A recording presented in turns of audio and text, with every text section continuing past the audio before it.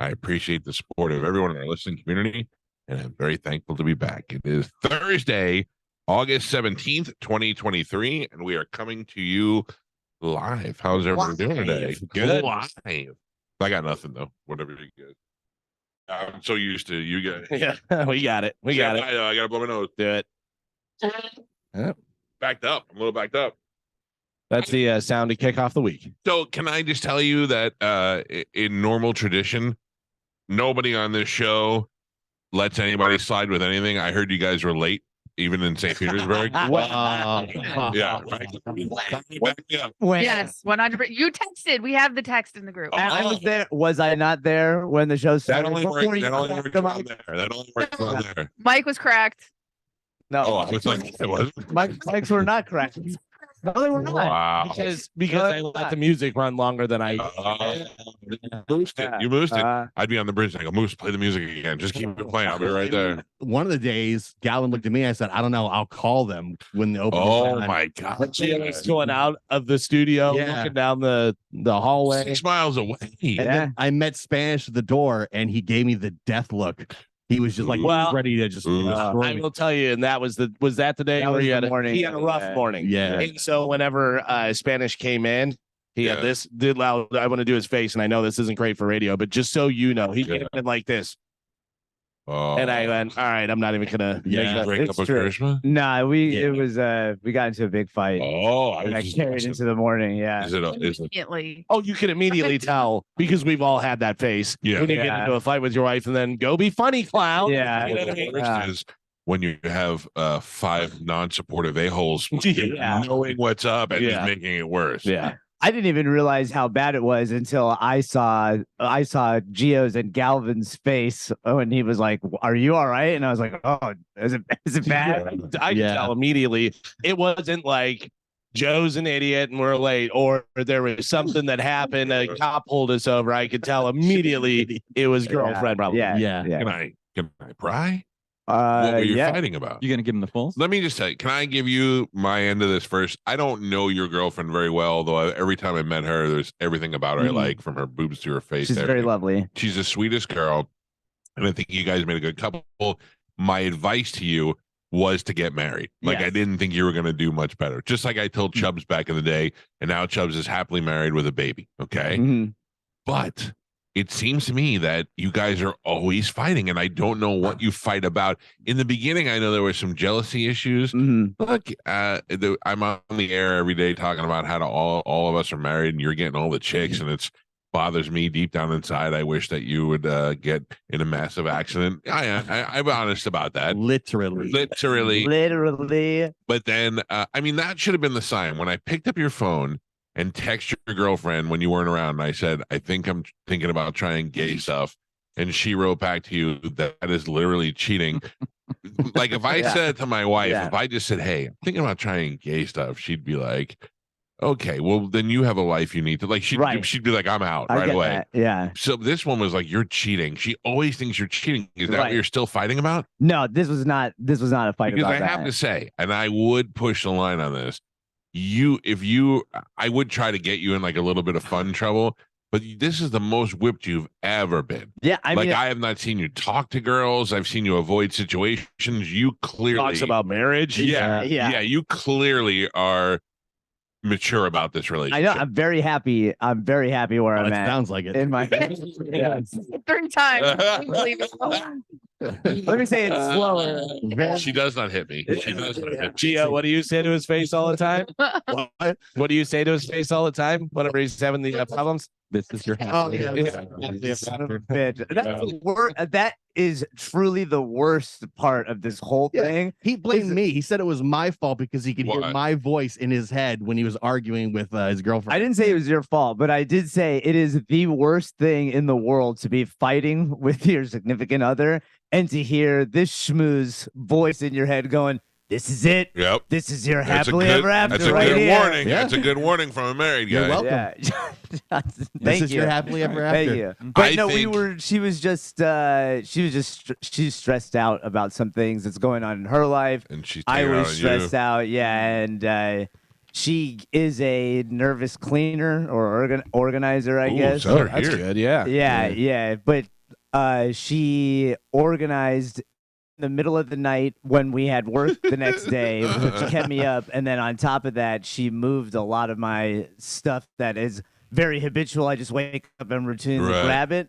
And that morning, when nothing was where it was, on top of some other things, I lost my mind. That was the last Ooh. straw. I'm not gonna In lie. fact, where is the last straw? Did you put it away? Where is it? I did freak out a little bit, and then like I said, I didn't realize how bad it was until I got here. And Galvin of all people was like, "Hey man, Yeah. are you all right?" I mean, you also clearly didn't realize how late you were when you got there. No, yeah, I did not. Yeah, I will tell you that relationships and marriage are different, because Louis C.K. said it best. He's like, when I got married, I thought I can't get out of this.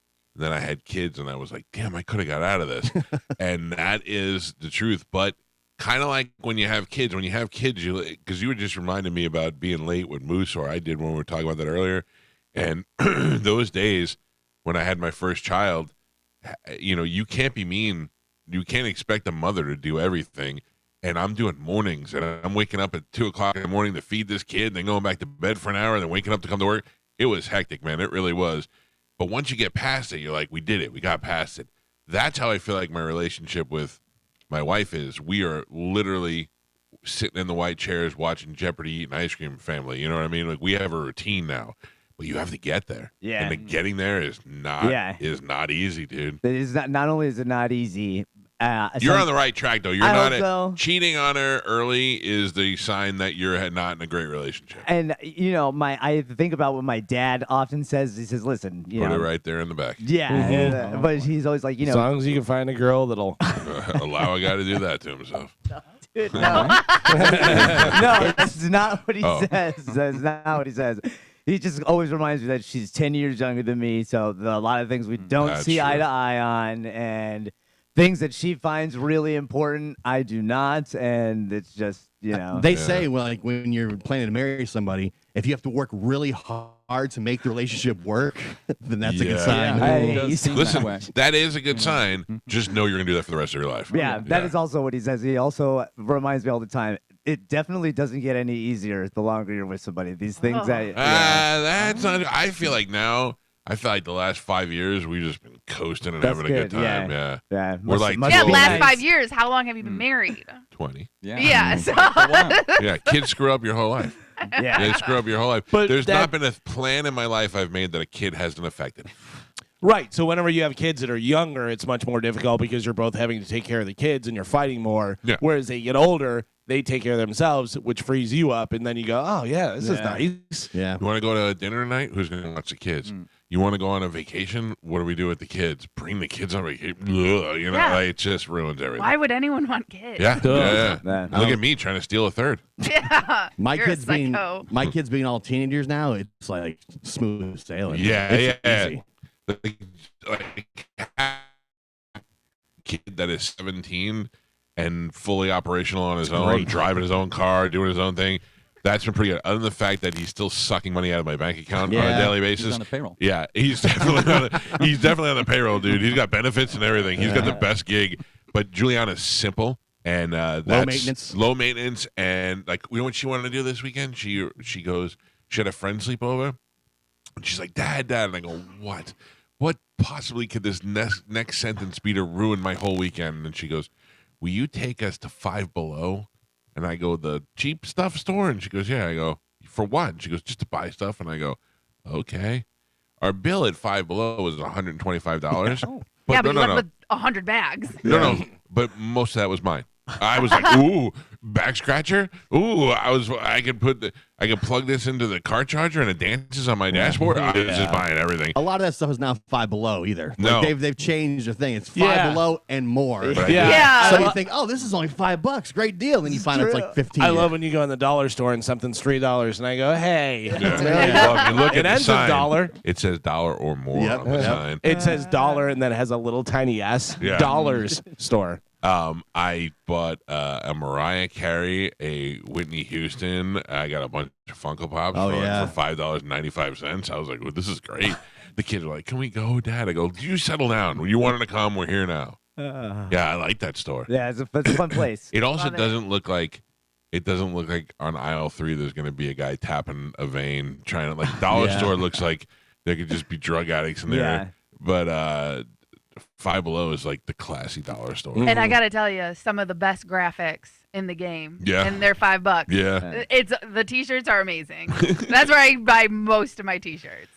Wait, really? Yeah, seriously. You know what blows my mind when I get my hair cut at the barbershop or not even at the barbershop anymore because they closed down, but Great Clips. I mean, I do. It's 2 on the side, 4 on the top. It's over. Any idiot with a buzzer can do it.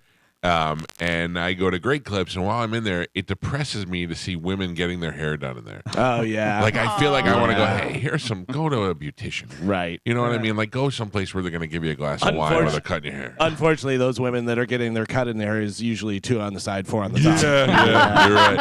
It's mostly old women, but when I see young women coming there, I just feel bad. I don't know why. I think it's just because all the women in my life, no matter what level of poverty we were in, my mom always, it took her every 8 months to save up money, but to get her hair done. You know what I mean? You ever Like, see I have those to do that. ladies they just gave up? They don't go. They go to like the whatever Clips to get their hair cut. They wear jeans that they got probably at Five Below, and just like. Why are you Graphic describing me t-shirt. right now? But you can tell they're just not even trying to be No. a lady anymore. No, yeah. It's like wow. They probably don't shave their armpits. Yeah. Big baggy T-shirts. Yeah. I wonder if their boyfriends are listening to the show going, man, I relate to those guys. They're a lot of their clothes they got for free from a walk or some sort of blood donation or something. A beer gig. Yeah. Promotional tea. Yeah. Oh, hey, how's Chad doing? He's very I don't know why it made me think of him. Listen, he's loving life. Don't worry. Yeah, I let him he play. is. Yeah, I let him play as much video games as he wants. Yeah, with his guy porn guy yeah. friend. Yeah, he works 4 months out of the year, and other than Oh, that, is he he's, praying for a strong hurricane season? oh Oh, yeah, this is prime time right here. yeah. Dude, This is what he lives for. This is why he only has to work for the next 4 months, and then he's done. If you're wondering what my life was like the last couple of days, I just kept entertaining generator offers and electricians. And seriously, I've been in this garage more times opening the fuse box than anything else. And everybody says the same thing to me. What is your main focus? I go, I have one focus, air conditioning. I don't need a light. I don't need anything. I go, they're like a refrigerator. I go, fine. One refrigerator and air conditioning. Even superheat and air came out. And I said, I don't quite feel like penguins could live in here. Can you crank it up a notch? And they said, sure. So, Galvin, if you get cold today, let me know. That's I'll cold let you know. today. Yeah, it's cold in here. 727-579-1025 or 800-771-1025. Will you fill me in on the Sporkle information? Oh, what do you want to know? We had a big upset yesterday. Gio, I heard, trust me. I activated him. Yeah. Everybody reached out to me and said, Gio wants Sporkle. Yeah. Yeah. Barring the win that was stolen from him Thank earlier you. in the week, Right. this to him. was So he said. this was his first win since April. Oof. Yeah. So what's the year totals? I mean, I don't feel like I should feel like I'm I don't know. I should still be in the lead. I think. You're definitely in the lead. I almost made a rule. I was 4 going for Oof. 5. Spanish slayed me. Then Spanish was 2 going for 3, That's and right. Gio slayed him. Yeah. Right. Yeah. So So who's the current rule leader? Galvin is. Galvin, right? Yeah. Okay. Yeah. With the Pee Wee Herman rule still. Oof. Yes. Yes. It's been so long. It's Pee Wee Herman. Yeah. So standings as of right now, today, Gio is in 4th, last place with 8 wins for the year. Actually, 9 with an asterisk. At 9. Oh. I come in 3rd place with 32 wins for You the might as well year. just give Gio 9. Yeah, you can have that Yeah. one, Gio. Yeah. Carmen rigged the game against me. Yeah. I did not. Galvin is in 2nd with 47 wins for the year. And Michael, you are still the leader with 55 Ooh. wins for the year. Ooh, catching up. I got a lot of time in September that I've taken a day here and there, and Yeah. that's when Galvin could swoop in and pass me. Or this silent killer over here, Gio, Yeah, comes damn swooping right. in. Oof. I will double Spanish by the end of the year. I'm on your what? side. Yeah. Bold proclamation. And size. Oh! Already did it. We're all going to say it, but you said it first. Thank you. Rigged against me. By Carmen. Did you say rigatoni? Rigged against me. Oh, Don Rigatoni. Don Rigatoni. Don Rigatoni. Yeah. Do we know Don Rigatoni? Don Rigatoni, the restaurant? Yes. Is it? Yeah, isn't that restaurant I put you guys on to? Reached Has anyone out tried to me, it? Carmen. The lady reached out to me and said that people have been flooding the place Yeah. because we talked about it on the show. Yeah. You're welcome, everybody. Well, now I said, now I want to try it, so they're going to bring us food. Beautiful. I better She be said- there. she- I better where is be. it? It is on Packwood Avenue, Yes. Well, which where is is that? let's see, by Dirty Dirty Taco. Oh, okay. Yeah. in She that area. said that people drove Close from to Hyde Park. Sarasota and said that after you talked about it on the show, they drove from Sarasota to try it out. Yeah. Yeah. And I want to know, how happy are those people? They were very happy. Yeah. They were very happy. Did they try the brownie bites? I mean, they didn't. I didn't talk to the people. I think you just activated Carmen. Jesus. Wow. Good Lord. Get your, Sorry, Chad. hey, get your Five Below pants on. By the way, Frankie from Cafe Chibo and Frankie's Steakhouse, Frankie's Italian Chop House. Mhm. Frankie wants us all to come Oh. to dinner, Oh, nice. and he's so funny. He's been calling me, and then finally I called him yesterday, and he's like, "I mean, do you hate me? What's going on?" I go, "No, buddy, I don't hate you." But you win, I thought. No, but he wants us all to go. Oh, gotcha. Yeah, he invited the whole show. Even Gio? No, I don't think he knows Yeah, Gio yet. that's but all right. Yeah. Yeah. No, of course. He invited the whole show. He's like, "Why don't you all come down?" Because I guess they're having like a grand opening, you know what I mean? Which is Yeah. great because you need to roll it for a couple months and figure out all the kinks and then get things done and then tell the world about it. But it's really good. I mean, if Frankie was Frankie and if his restaurant go silent about it. You know what I mean? Like right. I wouldn't be like his restaurant stinks, but it's great. And I'm a fat Italian to put my reputation on the line for a food place. It's got to be good. I've not been to Don Rigatoni's, but I'd like to try that too. I'm telling you. I believe you. Yeah. I believe you. It's on Uber Eats. It comes and it's Oh, I didn't think about that. yeah, Uber Eats, because they always do the buy one get one with their handmade pasta, and then you get to pick the sauce. Oh my God, Sounds like something I shouldn't be eating. I'm sure Frankie's place is great. I'm sure Don Rigatoni's is great. But more importantly, they have broken ground on the Fazoli's. They did. The Oh, Now that's Fazoli's, Italian. That's like No. 10 years old. That's where it really is going to be at. I'm telling you, if you have Don Rigatoni's, you will not want Fazoli's. Fazoli's. I'm very excited. Fazoli's, the new Sbarro. That's so funny. There's a lot of things popping up. That Mandola's, another Yeah. one opened up over here, or is opening up over by the Hooters over here. I took my dad and brothers there whenever they were down, and my dad loved it. He Yeah. didn't want to leave. Yeah. He loved that place. Yeah, it was really good. It's always good. Yeah. Well, it's been a long time that I've lived here, and that drive from Newport Richey to USF along those dirt roads where there was nothing, and now It's there's wild. a Hooters. I mean, just in addition to all the housing that's over there, just all the stores. I read that I think they're building another Portillo's on that stretch of road. I gotta tell you, I'm not against Portillo's. Like Yeah. if you said, "Hey, let's go to Portillo's," I wouldn't be like, "No," but I don't love it. It's a little overhyped, I feel like. Yeah, but like compared to when I went to Chicago for the first time, everybody's like Portillo's. We went to Portillo's. I was like, "Yeah, it was good." But then when we went to some of the smaller mom and pop places, I was like, "Well, that was good. That was really good." And I'm not trying to be that guy that's like, "Oh, the corporate places, like we love Olive Garden," you know what I mean? But Portillo's just, I guess you have to have a flavor for that. You have to have a taste for it. But also, For- it's the only place you're getting the Chicago style dogs. Yeah, and- yeah. You know what I mean? But see, that's not true. Like You don't- Mel's gave you a Chicago dog. Like there's not a lot of small Well, not mom and pop necessarily hot dog only places. place, Little but mom yeah. and pops. There's a place in Largo, I think, on Omerton that is a Chicago hot dog place, and even that place is pretty good. Yeah. Been So to I'm that not place. saying I'm not saying Portillo's is bad by any means. It's just not. I don't think it meets the hype. When I went down, I was expecting to be blown away because I'd heard so many good things about it. And I was like, it's all right. There is Their a beef drive-through. sandwich is pretty good. Yeah, the Italian beef is always going to be good. There's a drive-through one on I don't know if they're all drive-through, but the one by USF. Yeah. that was Yeah, the one I they- went to. I was like, all right. They have a drive-through, and their burgers are pretty good. John Brennan went to Chicago, and I told him actually to go to Mr. Beef's. Mr. Beef's is great. I've Yeah, been there. Mr. Yeah. Beef's is good. Yeah, you gotta go. You gotta go try all of it. Everybody that goes to New York for the first time, or since they were kids, always goes, "What's the best pizza place?" I go, "Anyone you go into. It's just a different style of pizza, and they all make. And every good pizza place has Indian guys making the pizza now, so it doesn't matter. Just go in there and eat it and enjoy it. Now I want pizza. Yeah. Not gonna lie. Anyway, welcome to the show. We got a good show today. Stevo is going to join us on the show. Stevo has a show coming here in Tampa, and he's got a couple of Florida shows he's going to talk about today. We'll talk to him, of course, about the Bam Margera situation, which I think it's got to be hardest for him being sober and watching his friend die and dying in front of him because there's nothing you could do. I remember I talked to David Bryan. I'm a Bon Jovi fan. I talked to David Bryan from Bon Jovi about Richie Sambora, and he said, Richie is my guy. And I said, what is the deal? And he's like, he's an alcoholic. He's got problems. And I go, have you talked to him? He goes, no, because I love him. And they tell you that the thing to do is to tell them, I'm not going to talk to you until you get help.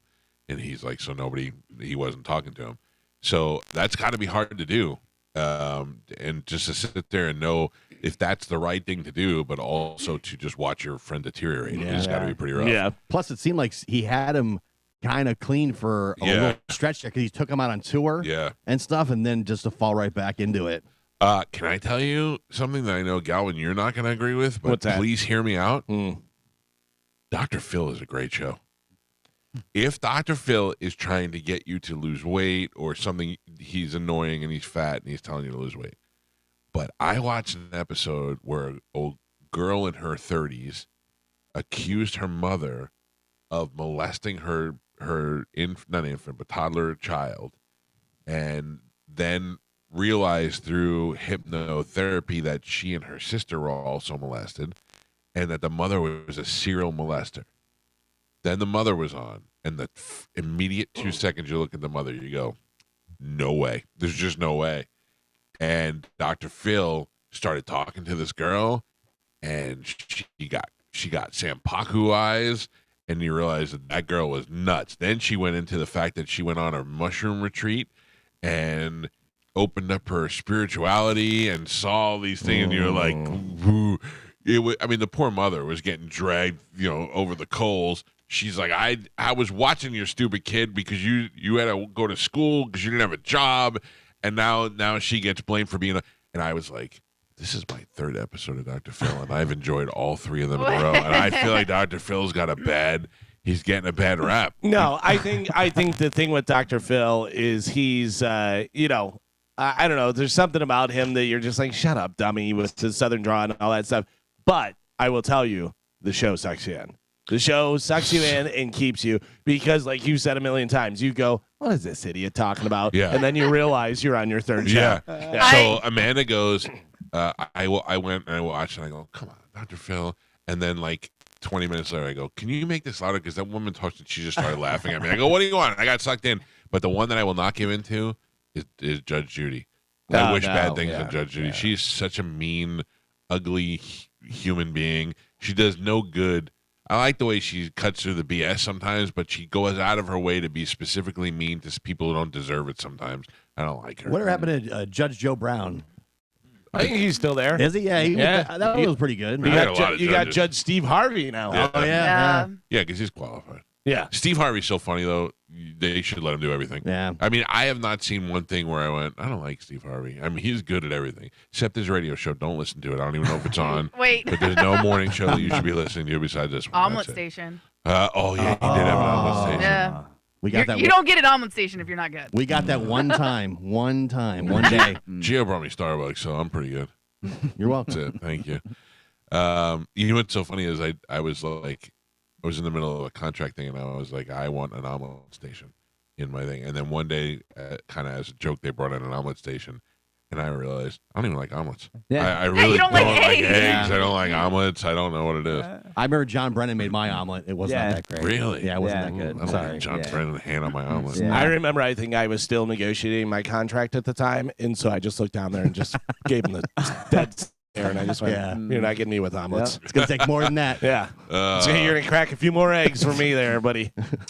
Yeah. I don't know. You guys want omelets? Maybe Fridays we'll have somebody come in and make us omelets in there. All right. Not a chef, just like Tom.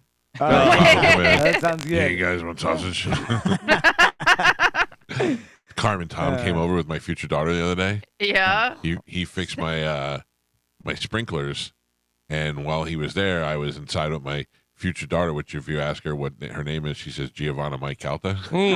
Oh But my. you know what she said to me? It was the most adorable thing. She looks at me and she goes, "Do you really want to keep me?" And I said, "Yes." How do you say Yes, no? I You're did. getting her hopes I up. No, listen to me. I And said then to she her, has to go back home with Tom. Yeah, you're ruining her Real life. disappointment. She's Yeah. like, I could be living here. She thinks Listen, it's real. I you're could be wrong. living here with the swimming pool, 9 refrigerators, 2 dogs, a tortoise, a sister and a brother, Yeah. all that stuff. Well, that's the Instead, thing. I have to go home with the tree guy. You gotta be And sit kidding.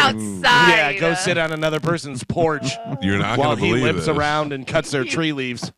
Oh. Tom is a great father / grandfather, and he is that kid. That part of the reason why I can't just snatch that kid is because she loves Tom You can still and the visit. other kids. Mm. Well, I said to her, I said, "Look, we weren't having a serious conversation, but I said, I could never take you away from your brothers and sisters." And she's like, "Yeah," so she gets it, but I would take that kid in a second. Yeah. And I said so with Juliana. Juliana's like, "We got to keep this kid." I go, "We can't just keep a kid."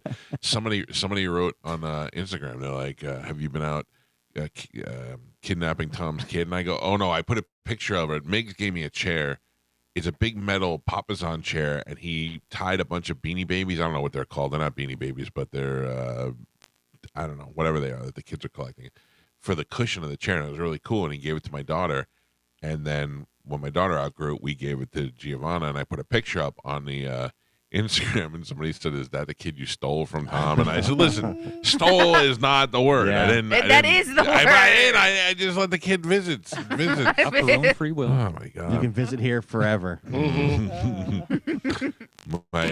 My wife, what are they doing? They going to Orlando for something this week. Oh, a concert. They're going to a concert, my daughter and her friend, and I was like, maybe I'll come. Me and the kid will go to Disney while you guys are at the concert. Oh my God. You can't tempt the kid with Disney. Like, Yeah. oh, this could be your life every weekend. It doesn't have to be. I can just take her to Disney every once in a while. Oh my God. Get like- her tickets. Let Tom take her. I like the kid. I want gotta the be kid to I go. honest with you. If you like adopt the kid and you take her to Disney, she has a great life. If you just take the kid to Disney every once in a while, you're grooming her. Yeah. Yeah. That's grooming that's her. 2 different things. I'm not grooming indoctrination. her. Stop saying how much you like her. Yeah. Wait. I Did want you to see- adopt her as a daughter, not as a. Oh, if you want to adopt her, Yeah. adopt Concubine. her. Don't just tease her. Ask what Michael Orr how that worked out. Yeah. Oh, and we got to talk about that. I don't know if you guys have been hitting that, but Oh yeah. Yeah. that is the listen. Oh, whatever. We'll get into it. We got to take a break anyway. We're here. We're live. We're back. We got the open letter rewind coming up next, and then we will slingshot into regular Sporkle. We're in a world where Geo doesn't win anymore. Feeling extra smart. And we got a whole show, including Stevo, going to join us this morning in the 9 o'clock hour. It's the Mike Calta Show live. This is 102.5 The Bone. You're listening.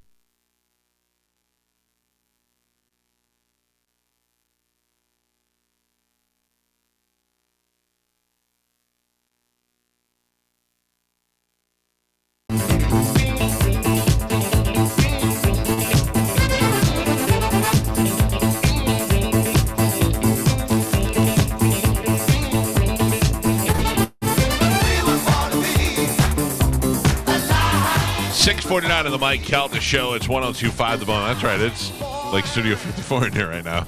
I had a guy reach out to me about that open letter to people saying stuff wrong. Yeah. And he goes, "You son of a bitch. How dare you say that whenever you call it an ATM machine?" And I said, "Oh, you're right. I do that." Because I was saying about like VIN. Yeah. Everybody always says, "What's the VIN number?" Right. You're saying vehicle identification number. ATM machine. Yeah, ATM machine. So it's automated teller machine. I'm doing it too. I said at the beginning of the open letter, We're all I said, guilty. I do it too. Sometimes I get stuff wrong. He was right. We have this this app. I don't know. I will, I think, share it with you guys one day, depending on whether I feel like if we do, it's going Yeah. to cause an overload and shut the Yeah. thing down like Balls is with a stupid box. But there's an app that you can pay for that gets all the channels and all that. So eventually we'll figure all that out. But one of the things that they have that I love is the 24/7. Oh, They yeah. have 24/7 TV shows. Mm-hmm. And so if you have Seinfeld, it's just Seinfeld 24/7. Not one episode, It's all the just a episodes over Seinfeld and over. channel. Yeah. That's it. And it's constantly running. Wherever you pick it up, it's on. And I watched that, and I saw the Penske file. one I haven't seen in a long time, which is great.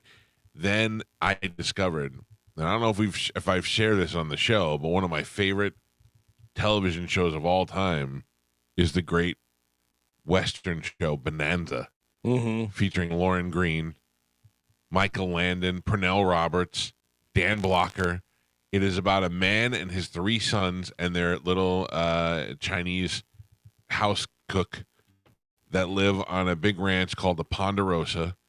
And for some reason, because they're so rich and they're so, so do good, they also are like an advisor to the sheriff. The sheriff could say no, but the pa might say yes, and then things change a little bit. But anyway, they're friends with the Indians. Little Joe, Boss. yeah.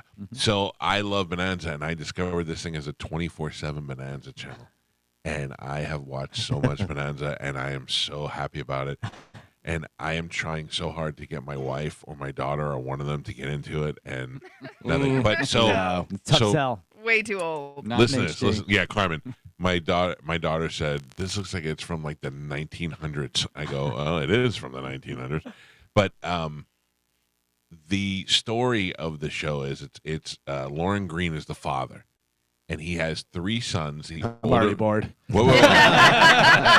And for those reasons, I'm out. Yeah. The older one is Adam, the middle one is Haas, and the small one is Little Joe. Now, I will tell you, everybody in this room and any man you meet will be one of those.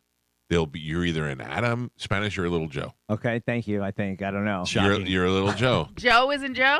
No. Joe is No. also a Little Joe. Joe's Hop Sing for sure. No, I thought about that. No. Galvin is for sure a what's his name? Now I'm all confused. The oldest son. You're Adam? Adam, yeah. Thank All you, right. Jesus.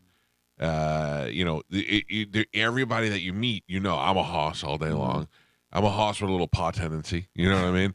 But every man that you meet will fit into one of the Cartwright brothers. But Which one of them tries to steal kids? I'm not aware of that. I'm out. So there is a thing I was thinking about. So there's no women on this show, and there's a very funny clip of I'm out. Michael Landon. Well, there's women on the show. There's none on the Ponderosa. Maybe Chad might be No. And there's no female for Pa and all that. So I looked it up one time. All 3 brothers have different mothers.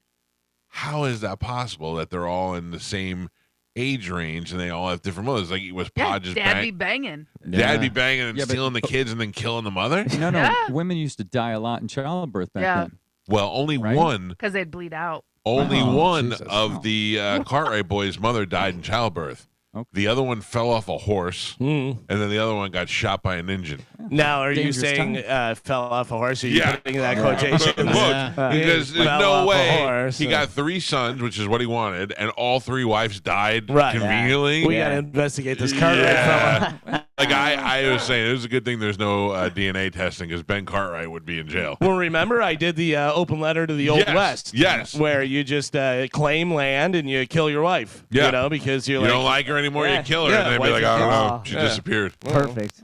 she got kicked in the head by a horse. Yeah. Well, that's clearly how little Joe's mom, I think, fell off a horse weeks after he was born.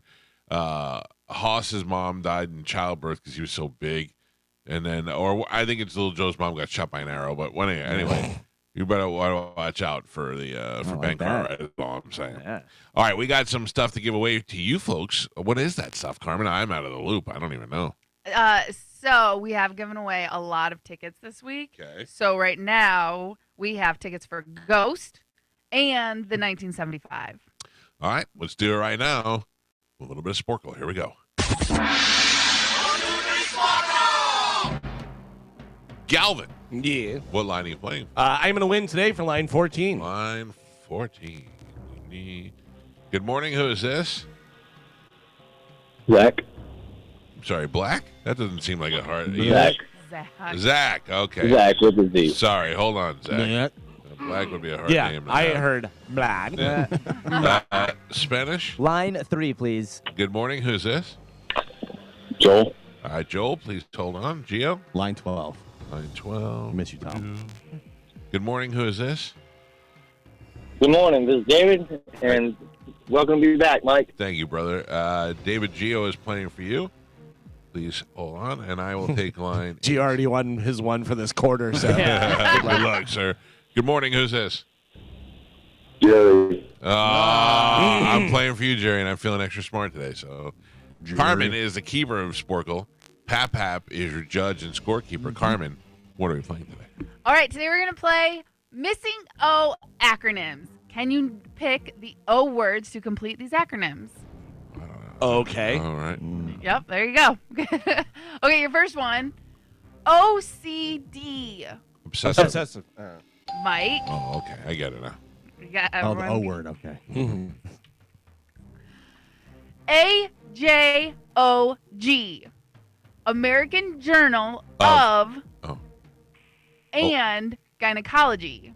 Obstetricians. Oncology. Ovaries. AJOG. Obstetrics? Yes, That's, yeah. Mike. OSHA. Safety and Health Administration. Organization. OSHA.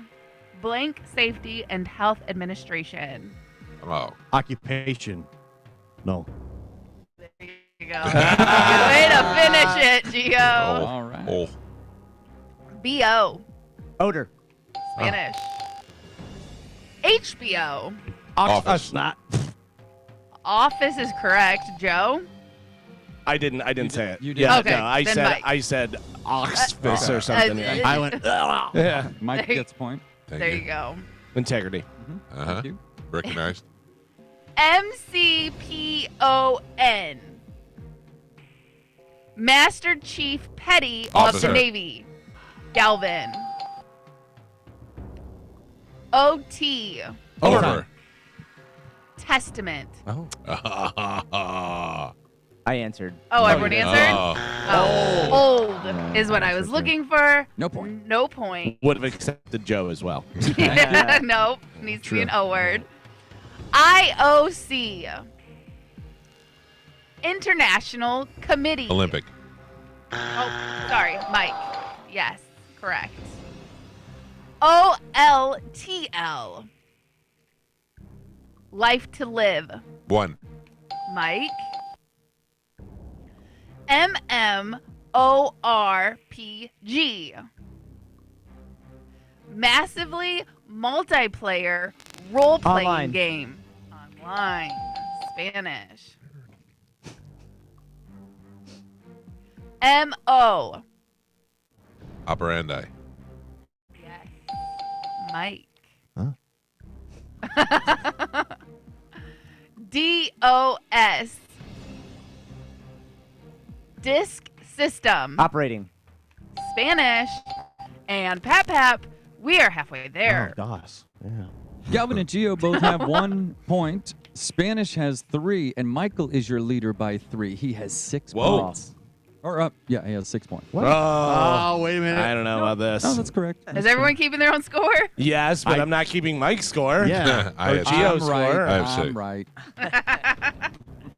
All right, missing O acronyms. Your next one, EEOC. Opportunity. Mike. OCR. Orange. Character recognition. Original. Optimal. Online. Optical. Optical. I was going to say that. I wasn't. OC. Orange. Contraceptive. Oral. Spanish. Oh, easy, yeah. buddy. Oh, Save it for Chad. I use orange contraceptives. They're delicious. Children. why you have 3 kids? ETO. Off. Arrival. No. Okay. Earth to ETO. Earth to Operation. Over the moon. Orbit. Oh, that makes way more sense. That is what I was looking for. No point. OWL. Wizarding level. Open.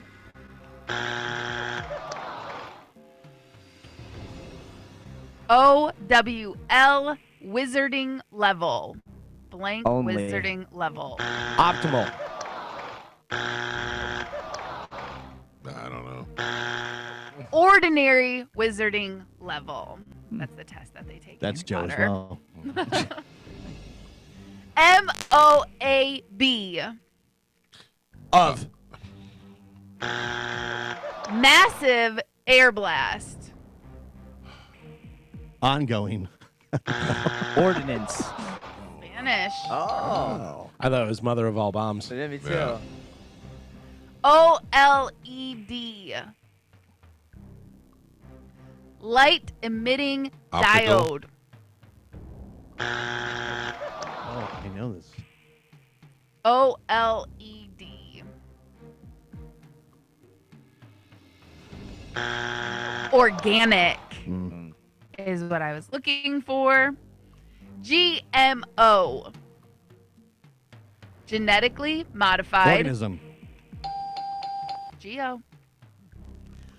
OPEC. Oil. Of the petroleum exporting counties. Operator. Organization. Yes. Spanish. OEM. Saying Equipment. Equipment manufacturer.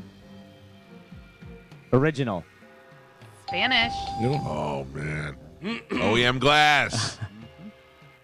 IO. Offer. Input. Output. Output. Like your dad. Input only. Input in his output. OTC. The counter. Over. Galvin and Pap. We're on the last three. Galvin has 2 points. Gio also has 2 points. We're the same. Spanish has 7, and Michael is your leader, but only by 1 point. He has 8. All right. Last three. Missing O acronyms. MYOB. Own. Spanish. Mind your own business. Yeah, we got it. I'm trying. know, I'm trying to we buy know, some we know. time. I'm trying to buy some time. Yeah. Calm it down. Time I is all we appreciate need. it, Carmen. I like that. You're welcome. N2O. Oxide. Galvin. What? Oh, man. And this is the last one, which means everybody is out besides Spanish and Mike because they are tied. That's correct. 8 up. Nobody's asking for you to say that. He's the judge. I'm the judge. Horrible. All right, last one. OJ. Orenthal. Oh my. Better say something. What is the J word? OJ juice.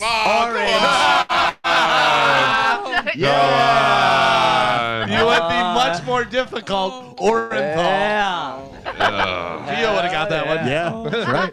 Thank you for the assist. Jeez. Wow. Wow. Welcome back. That was my answer, orange. I drink Orenthal juice. No. You guys don't know. Delicious. Not Orenthal's juice. No, Orenthal juice. we know. Son of a. All right.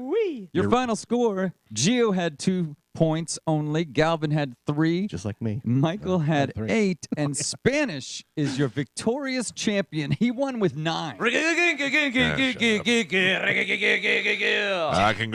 Thank you, Spanish, you. and the person you played for. You'll have your choice of tickets. Limited choice, but we do have tickets. Carmen, Yes. I don't know. Okay. Forgot what I was gonna say. Galvin, what do we have coming up in news? Coming up in news today, sisters being sisters, pay your kids in ginger pizzazz.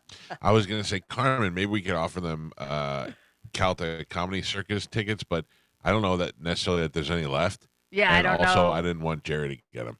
So, no, Well, I'm Jerry kidding. did not win. I know, I'm so. kidding. Yeah, I don't know. That last time I checked, there was like less than 100 left. So I don't really know what the update is. So don't give those away. So stop offering. Yeah, those. I did. I cut it back. I cut it back. I'm sorry. Galvin, as your news, we'll take a quick break and we'll come back and do that. Before we go to break, I want to let you know about Superheat and Air. Such a great company that I actually had them come out to my house. Like I always tell you to have them come out to your house. You know, this summer has just been brutal. I've lived here since 1992, and this is the worst I could ever remember it being. It is just beating down, and no matter how low you keep your AC, your electric bill is going to be skyrocketing because you have to keep it low to keep the house cool. I keep my house at 69, and I can't get it below 74 in the day. So I called Superheat and Air, and they came out, and they did a little maintenance, a couple of tune-ins, and next thing you know, my air is kicking, and it's freezing again in this house, and it's reading the right temperature. So that means it will adjust my electric bill because now I'm getting a good read. And if you're feeling like the same thing is going on in your house, it may be time to have them come out and do a tune-up, or you may actually need a new unit. You keep putting it off because you think, I don't want to pay for it. They have payments, and they have no interest and no payments for 18 months. So they'll come out and install your unit now, and then you don't have to pay for it for 18 months, and you don't have any interest. So call Superheat and Air. Go to their website, superheatandair.com. That's superheatandair.com. You could tell them, say, hey, I heard about it on the Mike Calta show. I heard they were out there just doing your house. Let me tell you the process. The dispatcher calls me and says, Mr. Calta, we are sending this guy out, and he will be there in approximately this time. Then, like 10 minutes out, he texts me, Mike, this is Joe or Jose or Jesus or whoever's coming over, and we are about 15 minutes out. We'll see you in a couple of minutes, and then they come to your door, and they, they tell you, I'd like to see your air handler, or whatever, and then before you know it, everything is kicking, and it feels great in here, and I can't thank those guys enough. Superheatandair.com. Tell them you heard about it on the Mike Calta show. Quick break. We come right back. We'll dive into news with Galvin, and I understand I missed Martin Gramatica. You did. Our man Martin Gramatica is going to be back for football season. We'll figure out what we're doing for the bet this year. We'll do football picks with him, and it's always good just to hang out with him. And remind everybody that Lifeguard Imaging, where Martine has been working, can change your life. You can go in there and you can get scanned, and they can find stuff as small as the head of a pin. If you have cancer and no other cancer machine is picking it up, these guys would see it. And they'll see anything else in your body that may be able to harm you, and it's much better to know in advance. Go to lifeguardimaging.com. That is lifeguardimaging.com, and schedule your appointment. We did have some possible suggestions for the loser for the bet. I did hear about that. Yeah, we'll discuss that. I want to get this going though before the season starts, so that we don't have any willy-nilly and have Spanish try to back out like he did last year. Galvin, as your news, do it next on 102.5 The Bone. It's the Mike Calta.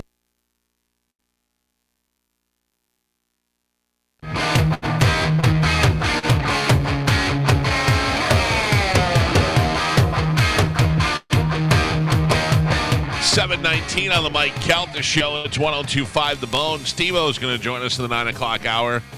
He's got some shows coming up in Tampa and Florida, and we'll talk to him about the BAM situation, and I love that guy. Stevo hit me up last night. He's like, hey, I was like, of course you can come on. Tomorrow in studio with us, a very funny comedian named Shane Torres, who was on tour with Bert for years. He's going to be at the Crowbar with Matt Fernandez, who I will tell you is one of the funniest guys ever on social media, and he lives right here in the area. He's another great comedian. I don't know how they do comedy at Crowbar. It just blows my mind. Now, is Crowbar over here now? Crowbar was in Ybor City. Yeah. And I think they moved it to I might be confusing two things. I know Orpheum moved. Orpheum, that's what I'm thinking. Thank you, Gio. So Crowbar's still where it was. I believe so. Okay, yes. sorry, I'm dumb. Love Crowbar. Yeah, Crowbar's a great bar. Yeah. I saw somebody Mike there. What's the name of that band? P. Yeah. Crowbar's great for a band. I don't know how they I can't imagine that people in there, because you're not sitting, you're standing and drinking, and how quiet they stay for comedy. It would bug me, but guys like to do clubs is a real funny dude. I was in Ireland with him and Bert, and I've been on the Fully Loaded tour with them, and he's a great guy. He's a good, fun comedian. So if you're headed to Ybor, go see Shane and Matt tomorrow, and then you can go out to dinner afterwards. You can hang out in Ybor City. he'll be great in the studio. So. Two things. One, I think if you're going there for a comedy show, you like that comedian, so you're going to pay attention a little bit more. You know what I mean? Do that. And also, Shane has a very funny bit about how quickly we adapt to do a certain sex act.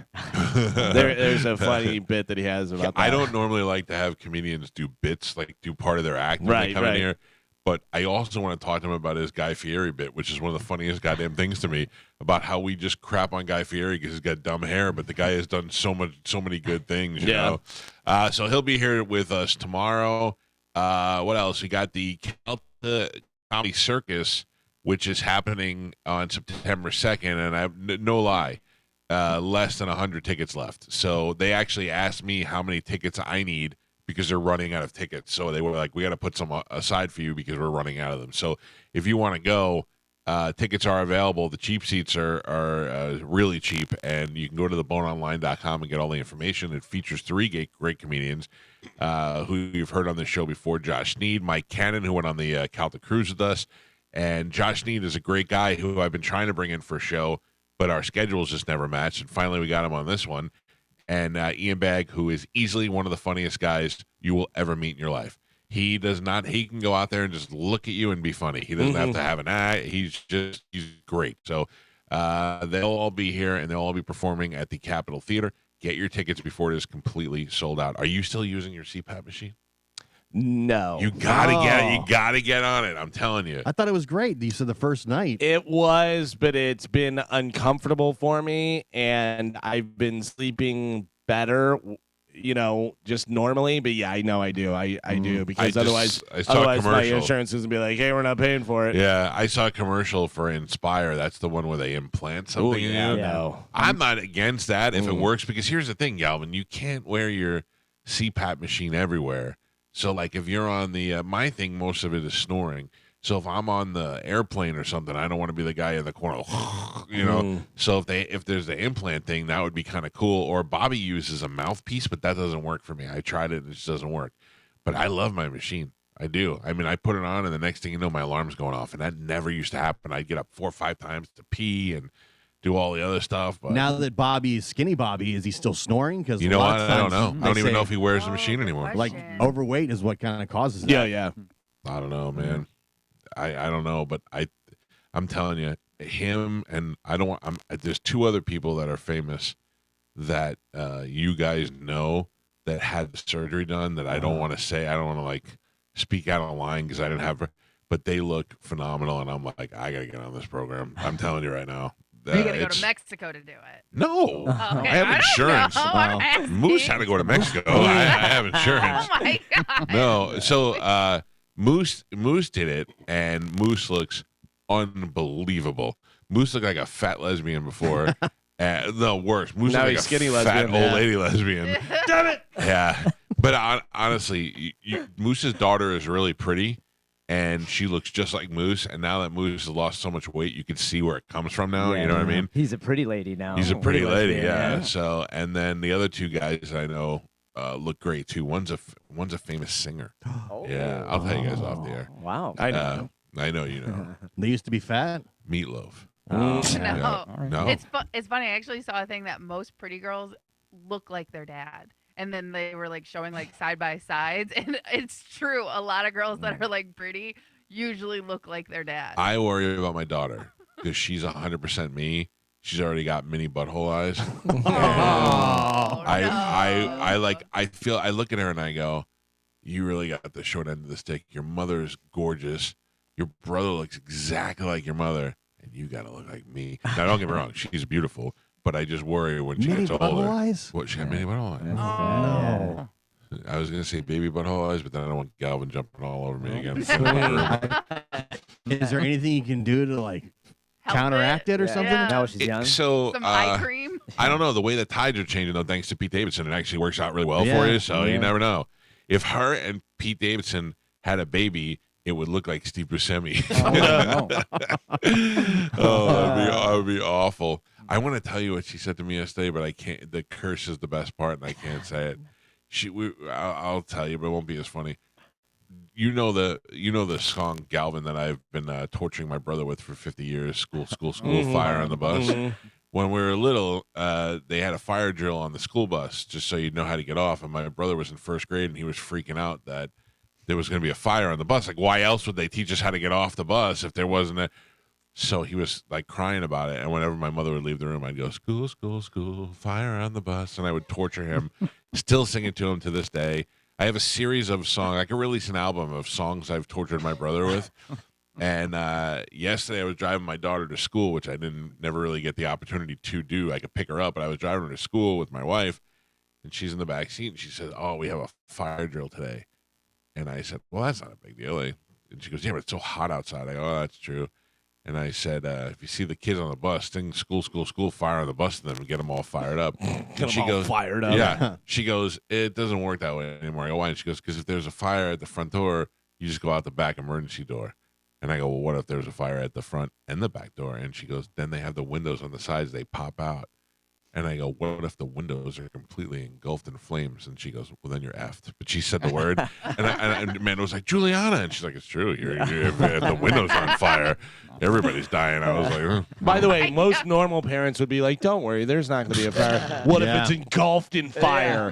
And get all the kids hyped up for the fire drill. Just what the teachers want. Listen, a fire drill is just a walk outside now. But if you knew there's really a potential, like, you know how they run everybody out and everything's all organized? You know, if there was ever a fire, it's never going to go that way. Yeah, everybody's going to be like a flame shooting out.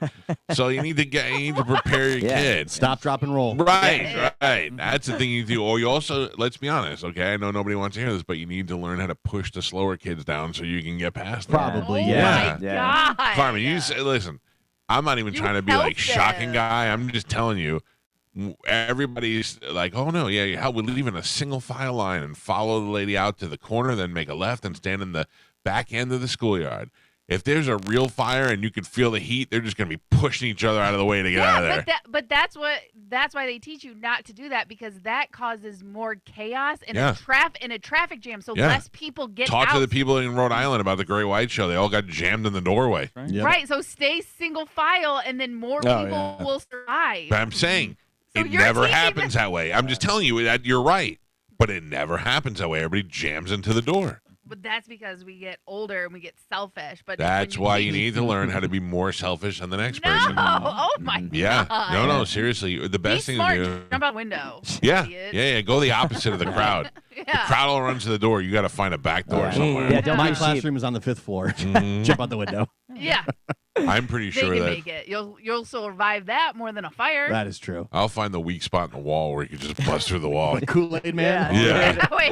Hell yeah. Just break through the side door and Anyway, all right. It is 7:28 on the Mike Calta Show. Time to check in with Galvin. He's got today's news. And now, news with Galvin on the Mike Calta Show.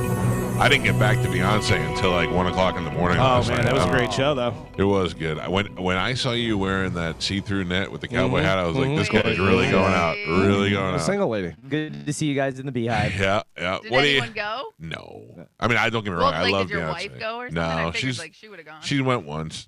She was good with the once. You know. What do we have in news today, Galvin? Spanish was good with the ones too. Yeah. One speed up. Today's news is brought to you by Pelt Shoes. You should stop into a Pelt's location because there's probably one right near you right now. They have 6 locations throughout Pinellas, Sarasota, and Fort Myers, and they have the new 3D foot scanning technology. It's going to give you all the information you need to know so you get the proper fitting shoes. And they got back to school savings happening right now, so you can save some money on all the great styles and brands that they have in there. They have everything you're looking for in stock, ready to go. Don't have to wait around for shipping or anything like that. So you can stop into Pelt Shoes, save some money, and save some more money. Whenever you're in there, make sure you whisper my name, Galvin. Galvin. You're going to get 10% off your first purchase. Pelt Shoes, get them at Pelts. How about this? A teenage Ohio girl, her life is over.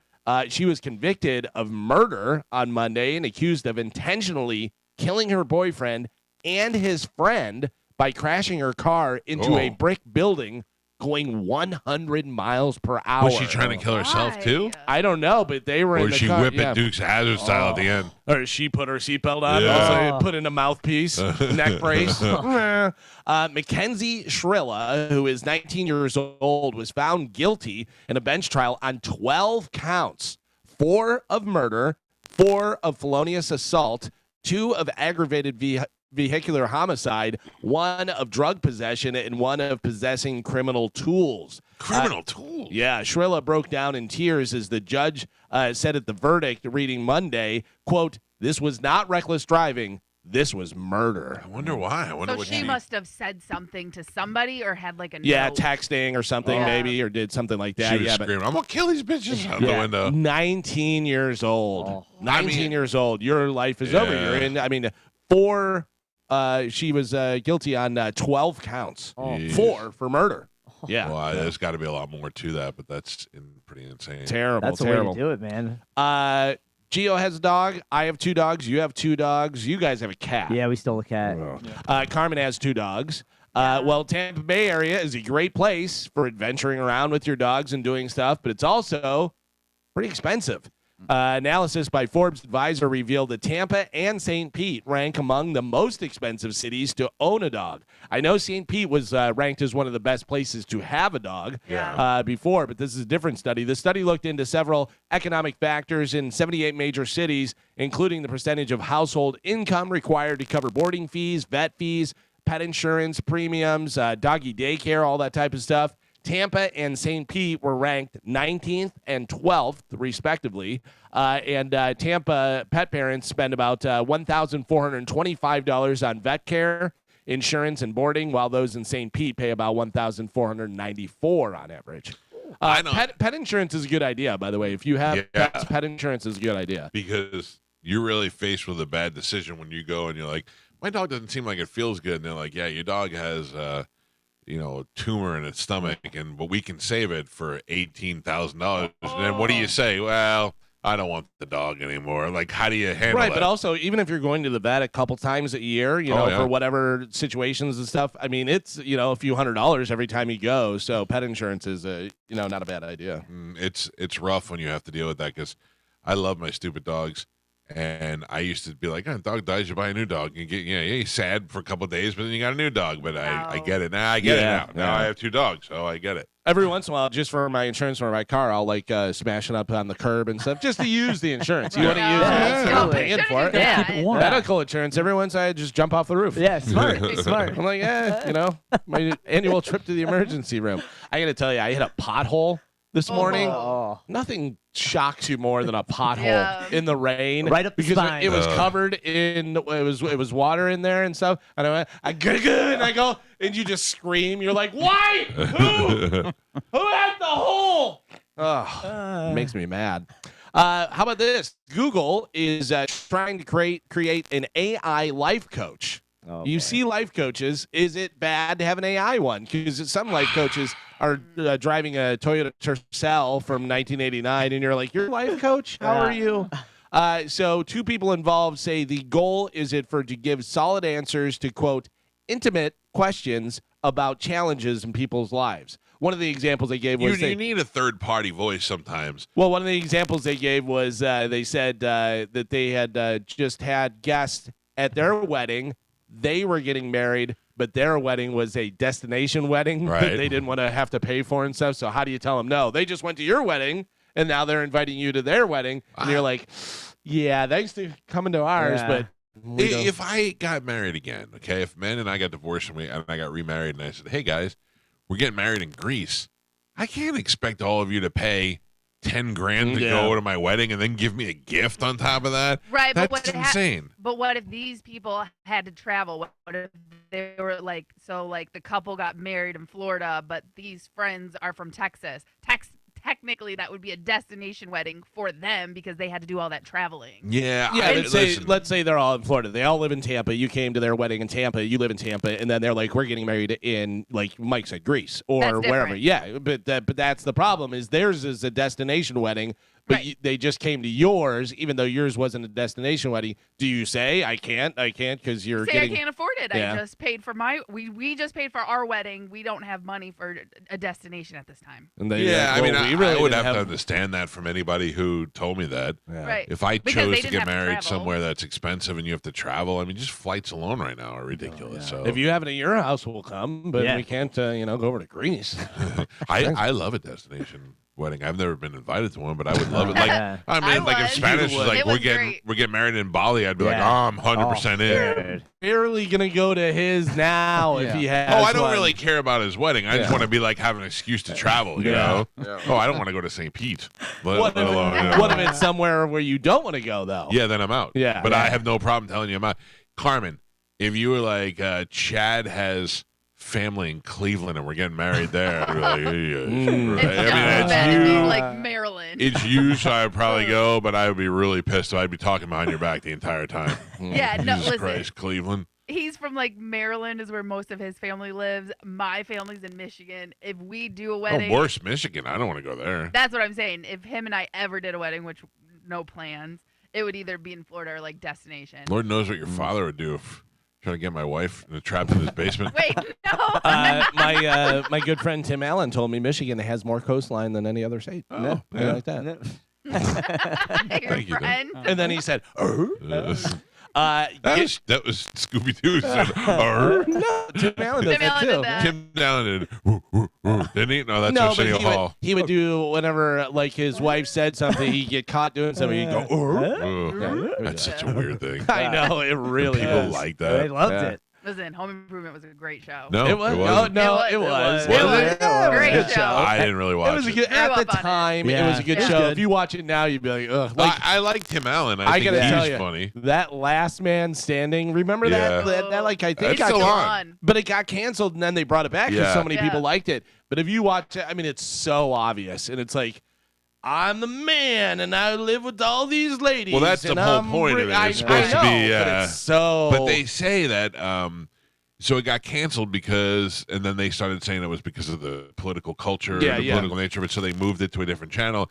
And then once you take something off and say it's no good, then everybody rushes to watch it when it's back. So it's still on. I've seen it. I see it come up in the guide all the time. But I don't know. I mean, like who watches that for real and go, I understand supporting something for a purpose, but who watches that and goes, oh, that guy, he certainly got those women. There's in my- people. The problem with it is it comes on right after King of Queens. They have like a block of King of Queens, and then that comes on, Last Man Standing, and I'm like, quick, turn it, change it. I don't want to Don't see it. Don't see it. All I know is Al Borland was at Comic-Con, and there was a huge line Oh, of yeah, people really? waiting to see him. Ooh, Damn. 90s Con. Yeah. So 90s Con is coming, and I think this might be the biggest and best one celebrity-wise that Yeah. they've ever had. And one of the guys coming, well, they're doing like a Sabrina the Teenage Witch reunion, and Nick Bakay is one of the guys that is coming. So I reached out to Nick on Facebook yesterday, and he shot me back his cell phone number about Yeah. doing the show. Nick Bakay was, I've never even seen the Sabrina show, but he I was. keep feeling like you're saying Cobra Kai. No, Nick Bakay, he was, when Dennis Miller had a talk show, he was like his Ed McMahon, and they did some stuff. I know nobody remembers this but me, but they did some stuff on that show. Him and Nick Bakay had the best relationship, and they did so many groundbreaking things in the short time that show was on that it was great. So yeah, he said he'd love to come in. I'd love to have him on. He's a funny dude. I really want to go to that. Yeah, oh no, 90s I Con. definitely want to go to that. They're I doing told my like- sister about the Full House thing. Yeah, they're doing like pretty much an entire Beverly Hills 90210 reunion. Boy Meets World. Yeah, I mean Luke Perry's not going to be there, but Yeah. everybody Yeah. else. Yeah. Can't make it. He's Yeah. in Greece. Yeah. How are you spelling Bakay? I don't know. Bakay. Oh, Buckeye. Bakay, yeah. B-A. Kay. I know Takai. No, that's George. Oh, I know him. Okay, Yeah. yeah. And then the other thing is, I watched Charlie and the Chocolate Factory over the weekend because I had to figure out the vicious Knish. The Vader sleeve? Yeah, Yeah, well, right. it's vicious Knids. It's very clear when you watch the movie, but when Brent used to tell me, he would say it all mumble mouth, so it was vicious Knish. But I get it now. I watched the original version of that movie. That's Gene Wilder is so good, but Yeah. but those kids, like you have to really give those kids a credit for being such great actors. From that with the Veruca Salt, who was such a little bad girl, and then Augustus Gloop and Mike TV with the constant yelling, and then Charlie with his little sad face. You know, those kids were great. By the way, Veruca Salt made it into. We did a list of the most iconic. Jerks in movies and stuff. Shooter McGavin came in at number 1. He was number 1. Over Biff Tannen? Biff was in there. Biff, I think, was in the final 4. Larry David was actually in there playing himself. I may actually go to the 90s con now because I'm seeing that Topanga is going to be there. Do you know that we had that guy that married Topanga? I forgot his name now. He and I became Twitter friends early on Twitter, and he was like a 90s junkie, and then he met her and ended up marrying her, and I was like, that's the greatest thing ever. Wasn't he working with Kevin and Bean in LA for a while? Yeah. Casper, something like that. Now you threw me off with the Jasper Casper. What's his name? Jasper Casper. That's his name. That's a good name to have. Anyway, that 90s con's going to be good. There's a lot of good people there. Ethan Jasper. No, it's something with a... I just saw it. You know when you see it in your head, but then you can't say it? Oh, Jensen Karp. That's it. Jasper Casper. Jasper Casper. Pretty good. Jensen Karp met her and married her. That'd be like me getting married to Joni from Happy Days. Pretty much. Yeah. So they have a bunch of people from Boy Meets World, and they have somebody named Trina McGee, who I don't know who she is, but she's really close to the camera, and she's doing this face. I never watched that show. I don't know, but I do know that Anthony, what's his name? What's that guy's name? Daniels. He's going to be there. William Daniels, who's 90-something and on my death pool list. I might push him down. Trina McGee was the older brother's girlfriend. Yeah. Hey, what are the rules if I kill somebody on the death pool list? Extra points. That should be extra points, 100%. right? But you do go to jail. I accidentally pushed the old man down from Boy Meets World and you just hip check him? Off the curb or you something could win down the some death stairs. pool. Fall on him? Yeah, or you spend the rest of your life in jail. Just saying. Nick Bakai's going to be there. Caroline Ray. I can have that girl come pick him up and take him for a ride in the car. You got some of the Backstreet Boys are going to be there. Which ones? AJ? You have Nick Carter, AJ, Howie, and Joey. Oh, that's pretty much a good Joey one. Fat one? You got I love Joey Fatone. Yeah. Family Matters, Reginald Vell Johnson. Reginald Vell Johnson's going to be there. Danica McKellar from Winnie from Winnie Cooper. Whatchamacallit? Wonder Years. Yeah. Is she still hot, you think? Oh, yeah. Because she was on Impractical Jokers. Because one of them, I think Murr was in love with her or somebody was in love with her. She's easy to fall in love with. All right, I'm in. Mario Lopez. Oh, TLC. Boz and Chili. T-Boz and Chili are going to be there. Jodie Sweetin. Oh, bring her some meth. Dave Coulier, cut it out. Yeah. There's a lot of Full House people. Don't bring her any meth. All right, so back into news. Listen to this story. What do this you one we do? listen to. Okay. Listen to this. This is crazy. A woman asked her sister to babysit her newborn baby. So just had a baby, so wants the aunt, her sister, to babysit. Okay. And then was stunned when she caught her breastfeeding her baby. Oh, how though? The sister was also a new mother, so she was lactating. Oh, the woman gotta empty those bags. The woman called the police on her sister for breastfeeding her baby. But now she's asking the internet if her reaction was too harsh. First of all, don't ask the internet anything. And second of all, I don't. I think that's a little harsh. I don't know. It's your sister. I think it's weird. Like, 100%. What is your sister doing? Okay, but she was filled. I get it. Yeah. I understand that, but you can also pump. You can do that. Like, why are you doing it to somebody else's kid? I gotta be honest. But if you pump and give it the milk, it's still the same thing. You gotta ask. I think maybe the police was too harsh. Yes. Yeah. I'm having a turn of it. First, I was like, of course you're poisoning that, but you're not. You're just feeding the baby. I think the police is too harsh, but I think that's a weird thing to do. That's a weird family. Like, the sister's weird for doing that. You have to. I don't even think you ask. Let me ask you just this, go. though. Is she super weird for doing it? Right? Yes, we all agree with that. Or what if she did this? Like, just hear me out on this. What if he's like constantly leaking? She's so full. She's feeding one baby, but yet she's always full, and she's getting frustrated. And she's like, "I'm just sticking this baby on." Like, she just made a frustration move. Where it's not. That certainly doesn't make it as weird. It's not as cool to do, but she's not like secret baby feeder. When you say it, it's like she's trying to do it. Yeah. But also think about this. There are pregnant moms who overproduce or produce more than their child eats, and they can actually donate for mothers who would like to feed their children natural breast milk. You know what I mean? So you certainly ask first before you do it. But that's also, I believe, if you donate, it's checked to make sure that there's no problem. Right, but if she's breastfeeding her own child, then clearly she's checked it herself because she's not going to endanger her own child. Can I just point out, if it's your sister, but she's making that decision on her own, you got to ask. She makes bad decisions, so she may make other bad decisions that gives her problems. You definitely have to ask before you do that. You don't do it, but I don't know. But it's not that weird. I mean, it's weird. Yeah. But like you have to ask. But I don't think it's call the police and have her taken to jail. I agree. I don't think it's weird, but you have to let her know. But what if we don't know? Like her sister, they just caught her sister sharing needles like 2 weeks ago. Yeah, that's the thing. You need to know the whole. There's more to the story. Yeah.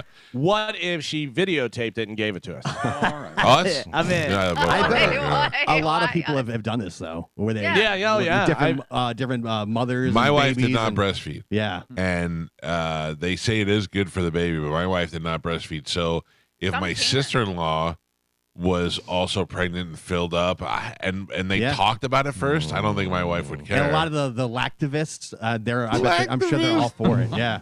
I'm a lactivator.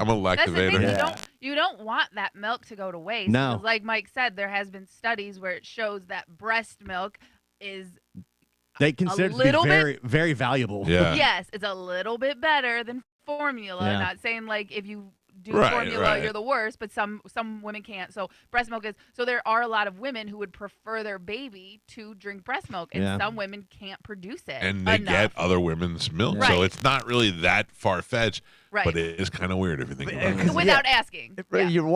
You're coming back home from doing whatever you're doing, and there's your sister, just sitting there with your kid. Nestled up to the teat. Yeah. What if it's your sister and your dog and she has peanut butter? That's bestiality. But what if it's her own peanut butter? Yeah. No, that's not how that works. If not my dog, not my dog.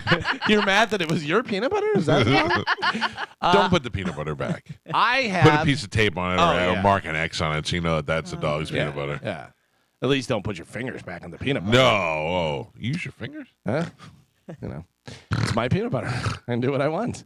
I have a hot or not for you guys. Oh, good. Actually, I have a hot or not for you ladies. Oh. How about this?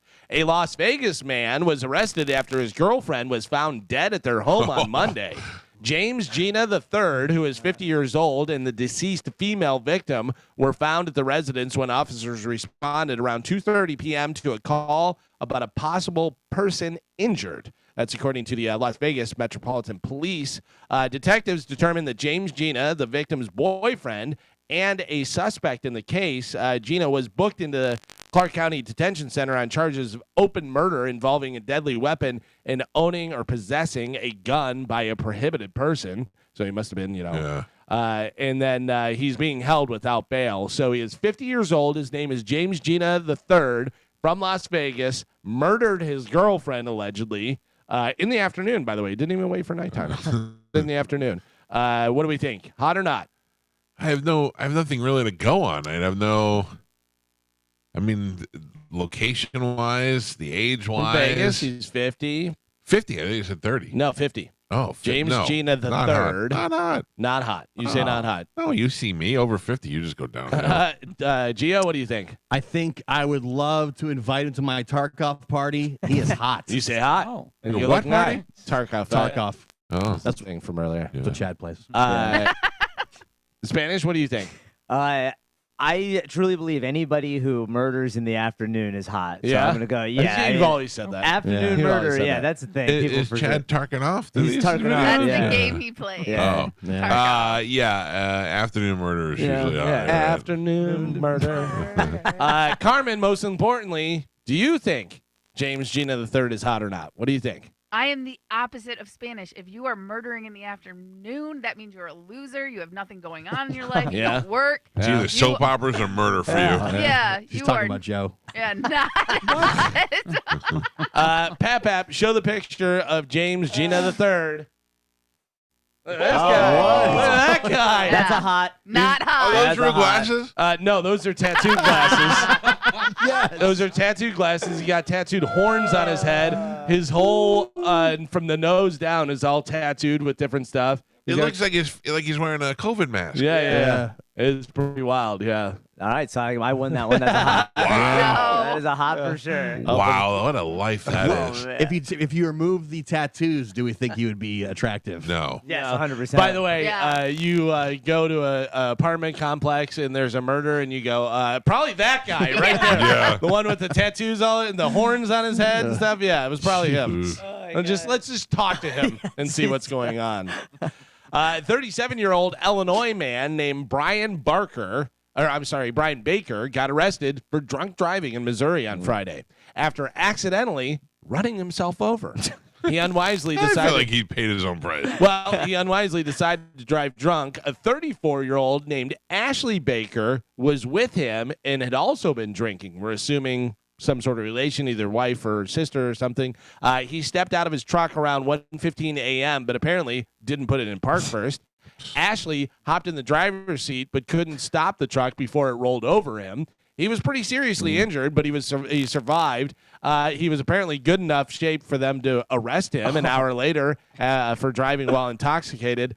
Ashley also got arrested for driving drunk because she jumped in the driver's seat to try and stop the truck. So maybe she either did that or drove drunk later or whatever. But yeah, so they're all in trouble. What an idiot. Yeah, drove over himself and got arrested for drunk driving. Not hot. Not hot. No, we don't think he's hot. How about this? An entire town in New Jersey lost power because why? Why did they lose power? Something happened. Some old lady ran over one of those transformers. Old lady ruined hit it? the whole neighborhood.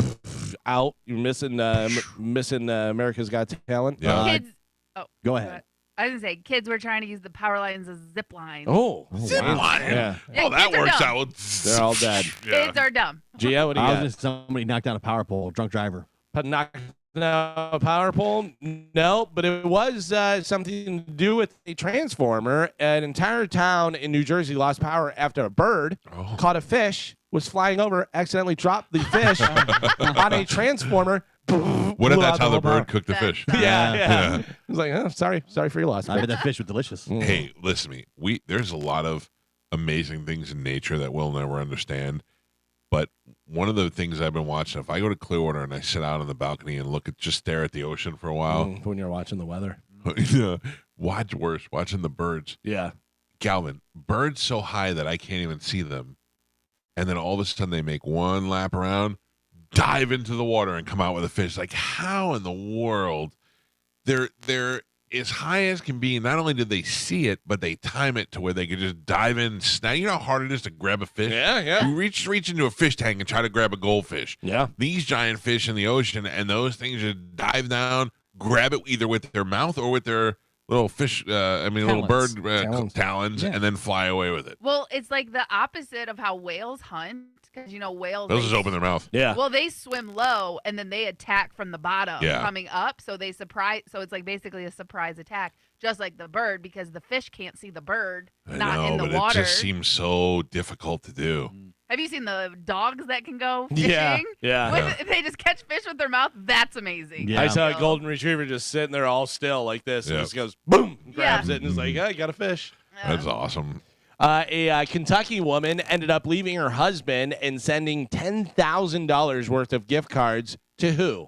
To somebody famous. Oh, yeah.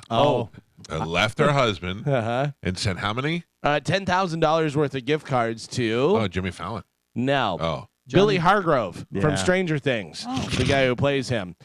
Guess what? It wasn't really him that she was talking to. Someone was catfishing her and pretending to be him from Stranger Things. Yeah. To go back to Dr. Phil, I watched an episode of Dr. Phil where he had like 3 women on who were insisting that they were dating Drake. I love that. Or Akon. I think Remember was the one one with Nikki Sixx?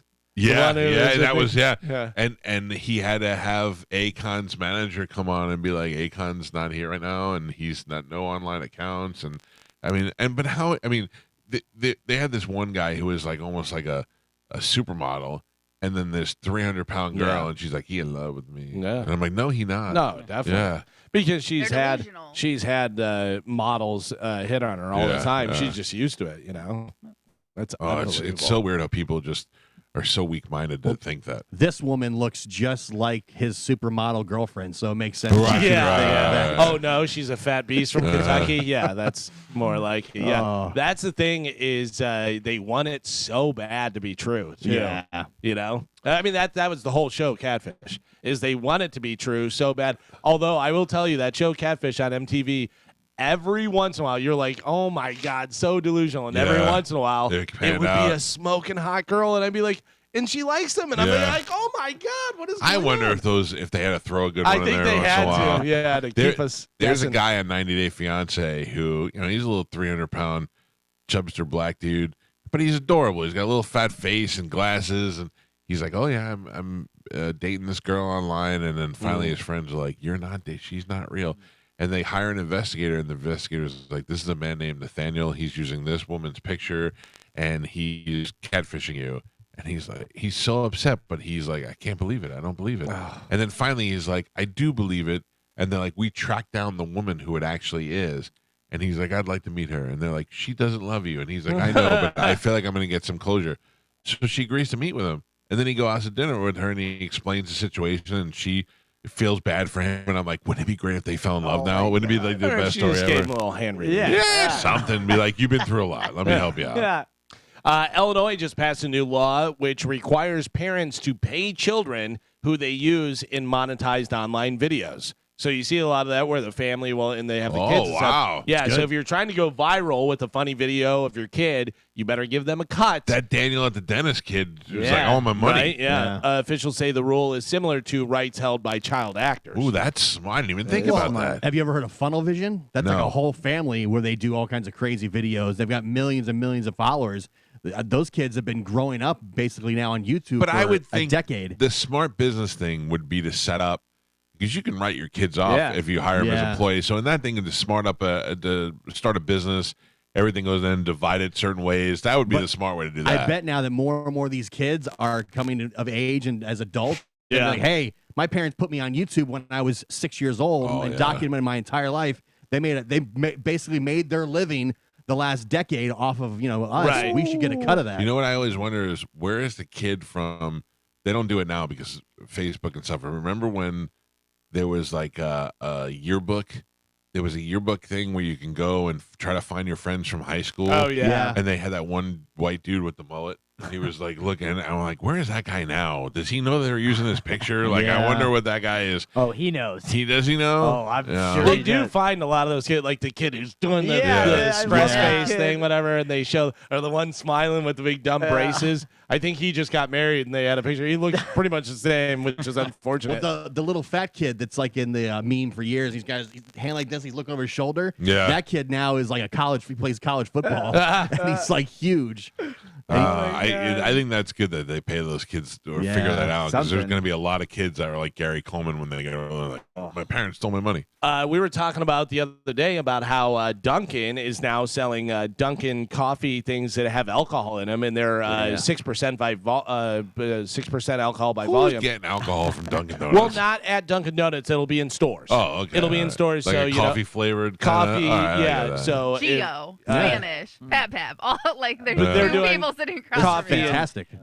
doing coffee and tea and stuff. Well, Eggo, I guess, has now jumped on this. Eggo has a new liqueur called Eggo Brunch in a Jar Sippin' Cream. It's 40 proof, Oh. but they say it seamlessly blends the flavors of toasted Eggo waffles, sweet maple syrup, and rich butter with a hint of smoky Of bacon. cholesterol. What a time to be alive. Yeah. This I is gotta great. tell you, that sounds so good. If my wife is listening, if she brought us back some waffles, that would be fantastic. Oh, that'd be nice. That would be great. And some sipping drinks. Some I mean, sipping drinks. If your brother's listening, he brought us back to Oh, McDonald's. yeah. I didn't even think He about was all that. for it early That's on. right. Yeah. Steak, egg, and cheese bagel. Oh. Today is National Black Cat Appreciation Day. Yeah. So if you have a black cat, be more appreciative. Don't sacrifice them. And don't walk it in front of my car.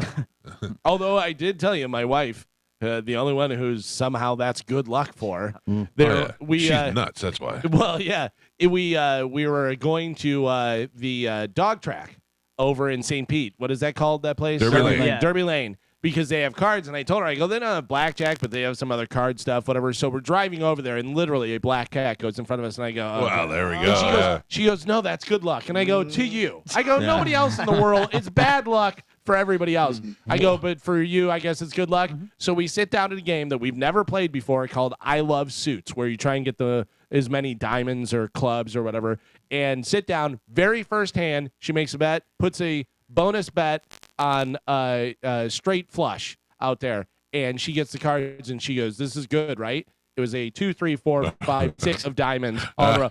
$500 on the first hand. She won $500 on the first hand. We played like 2 more hands. We're like, we're out of here. Yeah. What's the most money on a slot machine you've ever won? Most money on a slot machine, I think I won a little over 2,000, which, was good, but yeah. One time. Yeah. I won $3,000 in Biloxi one time in the high limit slot room.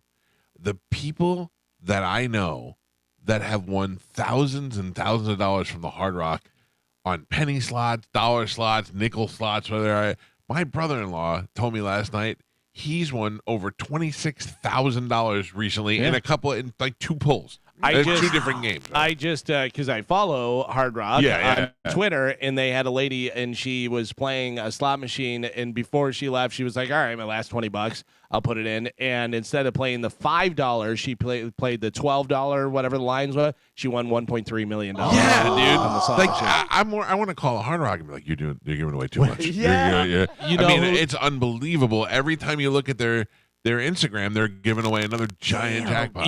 We know that has been winning a ton. Know who the couple, she keeps on winning all the time. But though. that's the thing. It's like they always win. That's so great. I know when I was working with Drew, he won multiple times on the slot machines at Hard Rock, and I gotta start on the exact same machine. Really? I do pretty well with the slot machines. Like there's no skill to it or anything. It's a random number generator, but I do. I'll win 800 here, 1,000 here, or 500 here. But I think the most I won was a little over 2.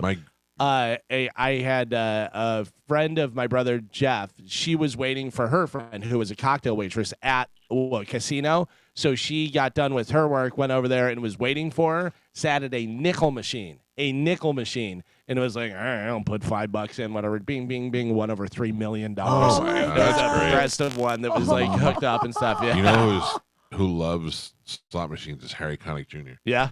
Remember when he was making that dolphin movie here? Yeah. The Stengel brothers were here because they were getting ready to launch the TV show, the Harry Connick daytime TV show. So they called me one day and they're like, hey, Harry wants to go to the Hard Rock. Let's go over there and play. He loves slot machines. And I'm like, all right. He's sober. He doesn't drink. He doesn't mess around or anything. So we go to the Hard Rock, and I'm just following them. And Harry Connick Jr. goes, hey, Mike, listen to me. You need to play the wolf. And I'm like, the what? And he goes, the wolf. And I go, okay. He goes, come here, I'm going to show you. He takes me over there, and he puts me on this machine, and it's like got a howling wolf on it. So he goes, I'm telling you, the wolf is good. Wolf is good. So he goes over and plays something. I start playing the wolf. Sure enough, I won like $1,200 on the wolf. And I'm like, damn, Harry, thank you. Yeah. I'll tell you, that dude was one of the nicest, coolest, most fun guys I ever hung out with for a sober guy. You know? I won $13 on the slot machine. Ooh. Whoa. That was pretty exciting. Cruise, you're not going to. Strawberry ice cream for everyone. I cashed out immediately. Slot machines on the cruise done. are designed to hit as least as possible, as little as possible. But I never see people winning. I do. You hear people, but you never see people. It's like one every 5 cruises I see somebody hit for 20 grand. I feel like in the casino, like on the slot machines, I'm like, look around. Do you see anybody getting excited on the slot machines? Yeah. I had a buddy of mine. This is why you always, if you play a slot machine, when you're done, get up and run away from it. Buddy of mine was sitting there literally for like an hour, just playing. Not, winning $20 here, whatever, going back and forth, whatever. Finally, he was just out of money, and he got up, and a lady goes, "Are you done?" And he goes, "Yeah." And she sat down and went, "Bink, bink." That's third time, 10 grand, and it was like all his money. He was like, "No." Wanted to strangle her. How great is that? Oh, man. Britney Spears and her husband, Sam Asghari, are heading for divorce. Aww. Sam has already filed. A source says they got into a huge fight after he accused her of cheating. Oh, man. So you're saying there's With a chance. who? I don't know. That's what I was going to say. Did somebody With come that over to the house? Chair that she dances on? I have a question for you. What happened to Britney Spears' teeth? Oh, I haven't seen her. I stopped watching her crazy videos. Is Not this? really her. I was just about to say, Carmen, does this go into your thing? Because she the other day, hey y'all, I'm going live. I'm taking over live. Am I cool now? Did you see that? I don't even know what that. I don't know when she became a character of herself. Harry Carey. She's like, hey everybody, hey everybody, I'm going live. Look at that kid. Her teeth were like separated, and I'm like, didn't Britney Spears have really good teeth? Yeah. She had She really had- good at everything. Yeah. Probably had the veneers on there. Yeah. Maybe Oh, yeah. took them off at some point. She got a little nub. But she had like it was like separated, and I'm like, that Yeah. doesn't look right. That's veneer teeth. yeah. No, they Sometimes- file them. They show some video of her where she's just with the Sam guy or a little younger, and you're like, God damn, that was know. tight. Oh yeah. Tight. Yeah. Super tight. And it's so weird now where you don't want to see Britney Spears I dancing on know. a No, because you feel stripper bad pole. for her. Yeah. I don't want to fantasize about any woman I have to feel bad for. I know. That's look- awful. It looks like somebody's forcing her to do that. Yeah. Like they're in the room with like a gun. No, that Like, makes it get hot. up on the pole and dance. So sorry. I feel like it's like, all right, Brittany, we'll let you do one video today, and then you gotta stop. And she's Yeah. like, okay, I'm gonna dance. But it's also watching her, you're like, oh, she looks like she stinks and her feet are dirty and just Yeah. everything. I'm just like, ugh. And at no one good. point, she was like the hottest Yeah. chick on the planet. Yeah. And most Imagine if we had famous. to hang around every day with a girl who used to be really hot, and now she just stinks every time you see yeah. her. Woof. Or Five Below. Hello? Hello. Oh, I heard there. I was gonna let you finish. No, I would I don't care never. because I don't stink. You don't One, stink unless And- somebody punches you. No, I don't stink. When Galvin punched or John punched Carmen Yeah. and Yeah. she farted was one of my favorite moments on the show. It still makes me laugh Still to does think not about. stink. No, it just it's like a waft of That taco. part Ugh. smelled Mm. gross. No, Yeah, I not remember true. it. I remember Not that true. part. Carmen, you Yeah. do not stink, and you're adorable, and I just like to make jokes. Yeah, and Five Below has awesome graphics. Why am Yeah. I gonna? Why would you go anywhere else? Right, that's what I'm saying. Why am I gonna go pay $20 for the same shirt? Yeah. at, like, Hey, stand Forever by, 21 or Carmen. something. Stand by a second.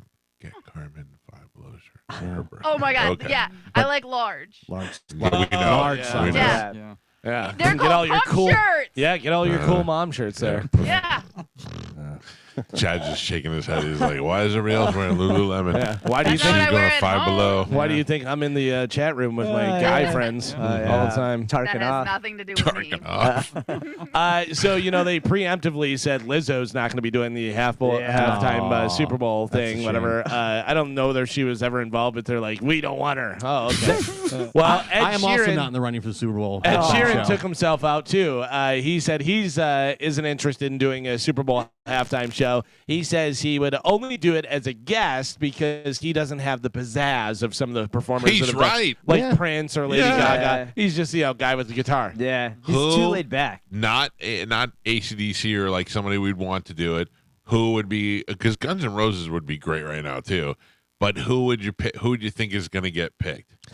For this year, where is this year's Super Bowl? I think Not- I think Vegas. Not that it matters, Vegas. but yeah, they should do a Vegas show. They should do everything from Wayne Newton Right, to that Celine would be Dion great. to Yeah. with a Very magicians on the shallow. Yeah. side. have Neil the Diamond. Elvis paratrooper yeah. guys Yeah. come in, whatever you know. Dude, they should just do a great. Vegas halftime show with you get Lance Burton on one side and what's the other guy? The other magician from TV, the long-haired rocker guy, Chris Chris Angel Angel. Yeah. on the other, and then you get Wayne Newton and Elvis and Marilyn Monroe and all those people, and just put them in the middle and have them do a show. And whichever team loses, they let the tiger go. Yeah. yeah. Right. Awesome. I think they're going to get Morgan Wallen and Jason Oh, yeah, Aldean. for Oh, sure. no Yeah. way. Yeah. Try this in No a way. big town. Wow. No Trying to way. say the word you're not supposed to say. Oh.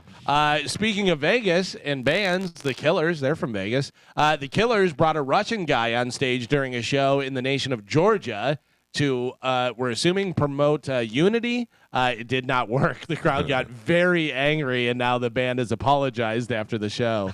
They said people were walking out of the show. I love Pearl Jam.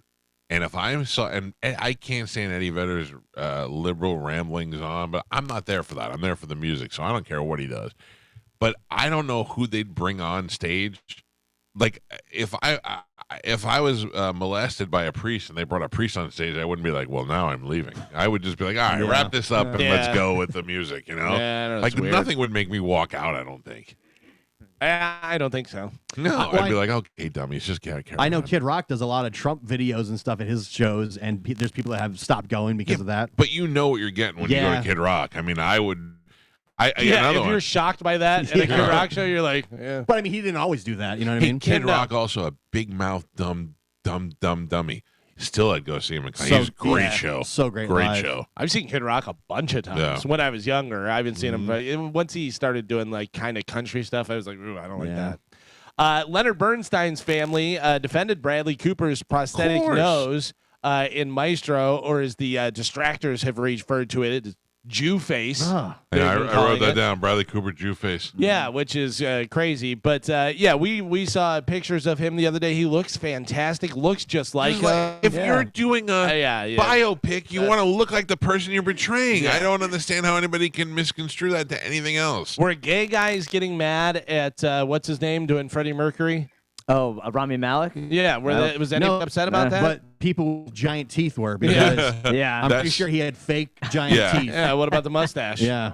But guess what? He looked a lot like Freddie Mercury. Exactly. Or at least gave you the idea in your head that you were looking at Freddie Mercury. That's what I said. I go, when you do a character, when you're playing a character and you get so lost in it that you're watching the performance and you don't even realize that it's Bradley Cooper, you're just watching the actual and you feel like it's that person, that's a good performance. Yeah. And it's like De Niro doing Jake LaMotta. But how many times have we said though that De Niro in playing a young person now with that it looks ridiculous. It looks ridiculous. Yeah. So the reality of it adds to the movie. It's so weird. Like, let me finish saying this when I say it, but if you're doing blackface and you're doing something like a minstrel show, or you have the black with the white eyes, that's awful.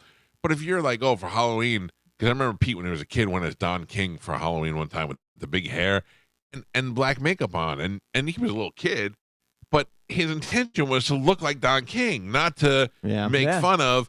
Whereas with that one bit where Eddie Murphy plays the white guy and puts the white makeup on is one of the funniest things you'll ever see. It's very funny. But if you're trying to look specifically like a person, how are you not supposed to do everything you can to look like that person?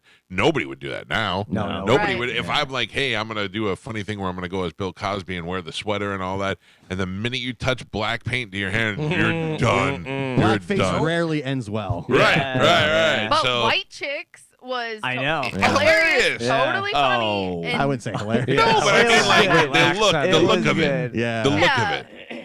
Yeah, Right. It was funny, Carmen. Don't listen to that. I'm offended that Jamie Foxx was not actually blind when he played Ray Charles. Oh, I know. There's a lot of Good actual point. blind people that could have played Yeah, that role. should have played that. Should have played that. Yeah. Ridiculous. Terrible. Ridiculous. So we've been talking about this because all these different stories have been coming out. Blindside. Now we're finding out that kid, I didn't get any money, but then it was a conservatorship and all the different stuff that happened. They said they split the money equally and stuff. Well, Blindside star, who we've had on the show, Quentin Aaron, wants everybody to lay off his mama, Sandra Bullock. He says, she didn't do anything. He says, quote, I'm 6'8", 400+ pounds, and you don't want those problems. Yeah. Oh, jeez. Well, no, but people are saying that Sandra Bullock should give her Oscar back. Yeah. Right. I mean, the woman That's just ridiculous. betrayed another woman in a story. Makes no sense. Be mad at the person who wrote the story. Sandra Bullock didn't do anything. My question here is, what does he feel like he did not get? Like, He feels like they sold his life story and made money off of it that he didn't make. But he didn't make any money? Well, the father says that's not true. Right. The money that we made, we split equally, and everybody got $14,000 or whatever it was. Okay. Yeah. So, also, on top of that, his mother was a crack addict who lived in crack dens, and these people who own multiple food franchises took him in and gave him an opportunity to go to school and play football. And could not legally adopt him because Right. he was already 18. So to make him part of the family was the conservatorship. Which, did you see? He knew about that, and he's lying about it now because he wrote a book in 2011 where he specifically states legal conservators. Right. And he stated that in 2011, which now he's claiming he didn't know that it was a conservator. He thought he was getting adopted, but he's already said in 2011 that he knew it was a conservatorship.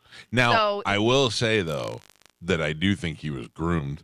I do think that they were like, Oh, to go Old Miss. to or go to whatever? Ole Miss, or whatever school it was, I don't know. But they were like, man, I mean, they were both boosters. He ended up going to the school of their choice.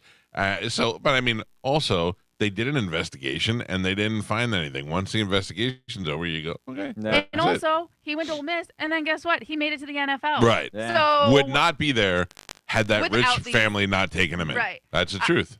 I wonder what his motivation is though, because he made like $30-40 million while he was in the NFL. Because Gio, if you work your ass off for the show, and everybody but you gets the credit for it, after a while it's going to weigh on you, and you're like, I did all that work for Spanish. I did all the work for Joe. That is true. Well, the theory is that he just put a book out. He put a book out the day that he filed the lawsuit against them for The Blind Side.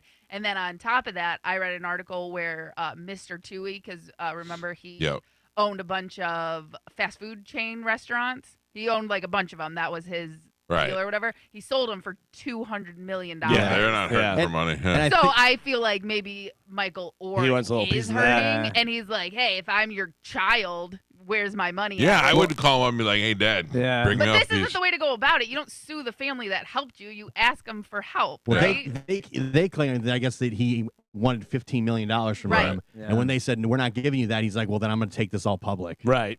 All I know is that I would much rather have Quentin Aaron than Michael Orr. Quentin Aaron could live here if he wanted to. He's a sweet man. Yeah. I'm assuming that you probably know this person. Do you know Tammy Sitch? Tammy Lynn Sitch, former WWE and ECW wrestler. Used to be Sunny. Sunny made the Sunny. That was her song. yes. I know. Well, Tammy Sitch, formerly known as Sunny in the WWE, has pleaded no contest to a DUI crash that resulted in the death of a 75-year-old man. She's a mess. She's a drug addict. So this is what Sunny used to look like when she was in WWE. Look at her there. Look at that body. Unreal body. I mean, if you think of like late 80s, early 90s, hot girl on the beach, Prime. like that's it. Yeah. Have you seen her lately? I've Don't seen her ruin in it. person, so I know what she looks like. Yeah. Oh, you're gonna ruin this whole thing. Back to the Future. Show her now, Joe. Wow, that's even worse than I remember. Whoa. So listen to this.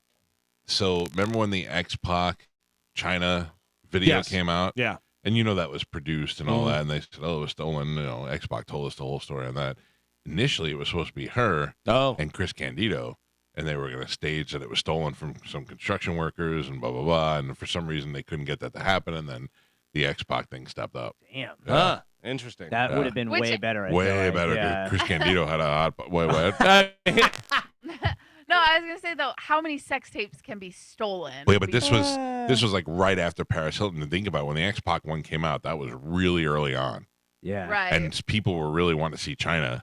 You know what I mean? Yeah, she had just, was that before she was in Playboy or after? That was after. After, yeah. But that Yeah, was the, the biggest selling Playboy of all time. Yeah. At that time. Because when that everybody came out. wanted to see if she had a penis. And she did. She had such an enlarged lady area that it looked But like that's not a penis. Well, That's just your opinion. No, not. it would make me feel weird. Gio, I think this specifically goes to you. I heard you earlier saying you get more tired as the week goes on. I do. If you're dragging today, What are you doing? Oh, a lot of stuff. You can blame it on a lot of different things, but they actually have the 8 most common reasons why we wake up tired. Number 1 is fatigue. Maybe you just underslept or had a taxing week or weekend or something like that. Check. Number 2, sedentary lifestyle. If you just sit on the couch and never exercise, your body gets used to it, so doing anything physical is more exhausting. So they say try to get at least 150 minutes of moderate exercise each week. That's a tall order. Which is funny because people think if you exercise, you're going to be more tired, but exercise actually gives you energy. Yeah. So, Give me those endorphins. Anxiety or depression. Check.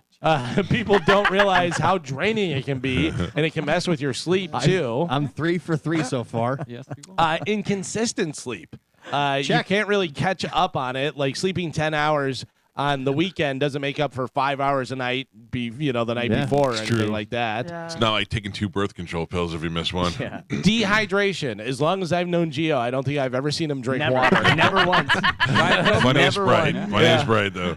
Make sure you're drinking enough water this time of year, especially if you're out in the sun. Just being dehydrated can make you tired. I do drink a lot of water during the day. I don't believe that. Where? I don't Never believe it. seen it. Does it have Yeah. coffee beans in it? Yes. Poor sleep environment or routine. To get your best sleep, your bedroom should be dark and cool at night. Oh, tell me about it. Yeah. Stop using your phone in bed. Don't drink caffeine less than 6 hours before bedtime. Nope. And avoid alcohol at least 2 hours before bed. No. Yeah. Don't Do you tell me usually, what I to don't do. know. I usually drank- have a little nightcap? Yeah. Sleep I did drink a little whiskey the other night, Yeah. and I had a little tiny bit before I went to bed, and I slept like a little It's fat nice. baby. But Oh. so that's a fake. Yeah. It's I can't think of what it's called. You're not but- really getting into like REM sleep. Right, but you that's never actually Surprise. fall asleep. This guy remmed out. the science is how much you drink that affects your REM sleep. Right. So a little bit. Joe hasn't slept in 20 years. Yeah, That's right. a little Right. bit is fine, but most people, when you're drinking and you fall asleep, you're usually a little buzzed, and yeah. if you're getting buzzed, your brain will Oh, when not I'm reach REM when sleep. I'm drunk sleep or buzz sleep, I talk to myself the whole time I'm sleeping. Yeah. Yeah, like I'm not sleeping. You're right. I Yeah. know what you mean. I saw a video the other day and it said this is how it feels whenever you go to sleep whenever you're drunk, and he like has his phone and he falls back into the bed and just keeps falling back into the bed, keeps flipping. Yeah. Let me just tell you, I've never felt so old as I do now trying to look at my phone. I mean, it's like I Like your can't even. glasses? Yeah. How I go, far do you hold it away? No, it doesn't. I'm like in, out, in, trying to adjust. It's unbelievable. I remember my wife had LASIK surgery 20 years ago, and on the way home, she was already like, "Oh my God, I could read that sign. I could do this." She was blind. She could not see the TV without her glasses on. And I had such good eyes. I was like, "How could you not? It's right there." I couldn't. Now I get it. Now I get it, and it hurts. It's tough. I've It had hurts. glasses since the 7th grade. Oh, nerd. Yeah, Whoa. and I even have astigmatism, which makes things like blurry. Yep. So before, like, I want to say maybe like 5-6 years ago, they didn't even have contacts that could fix my stigmatism, so I could see, but everything was still like a little blurry. Yeah. And it's just been recently that everything's been able to be fixed. My thing is like I can kind of make some stuff out, and then I put the glasses on. And I go, "Oh my Yeah. God, this Yeah. is amazing." It's nice. Yeah. Yeah. I still have eagle eyes, so Oh, I don't know what to lucky. tell you guys. Yeah, it must be Small nice. window. No, No. not that either. Number 7 is sleep partner problems, aka the person snoring in your ear, kicking you in their sleep and stuff. Pets can also ruin your sleep. My wife always says that. All right, they need to get off the bed, and I'm like, oh, come on. My wife said, "All right, you need to get Oh. out of bed." Yeah.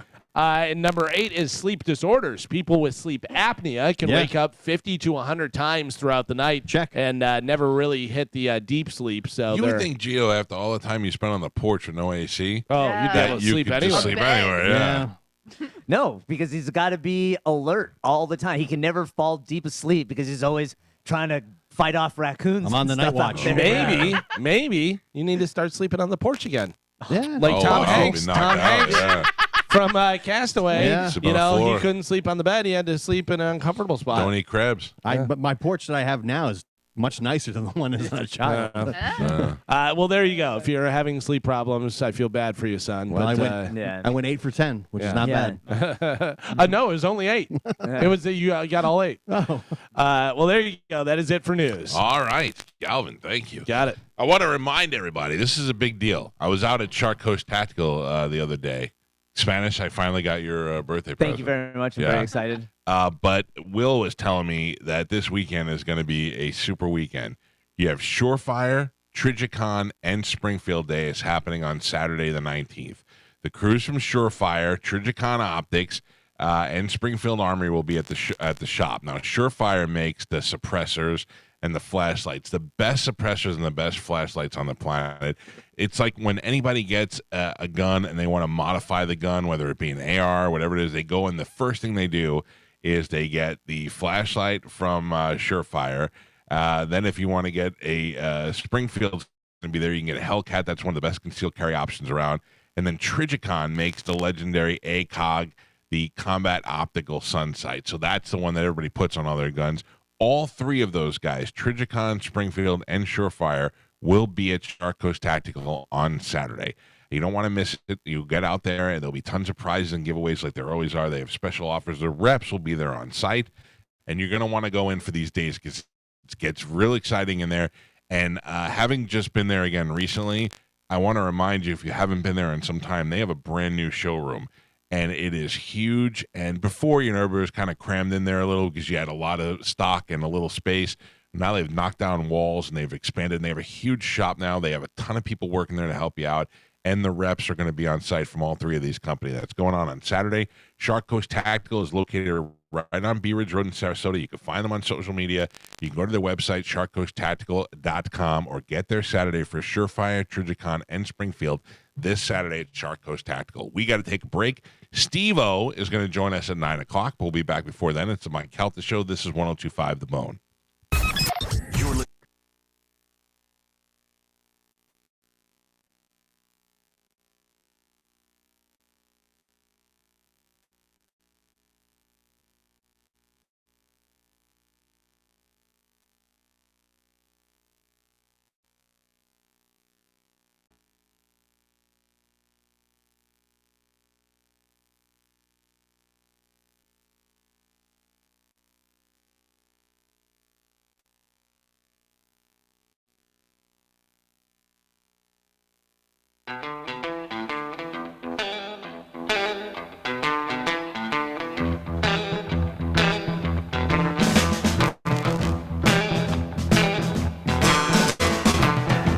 43 on the Mike Calta Show. It's 102.5 The Bone.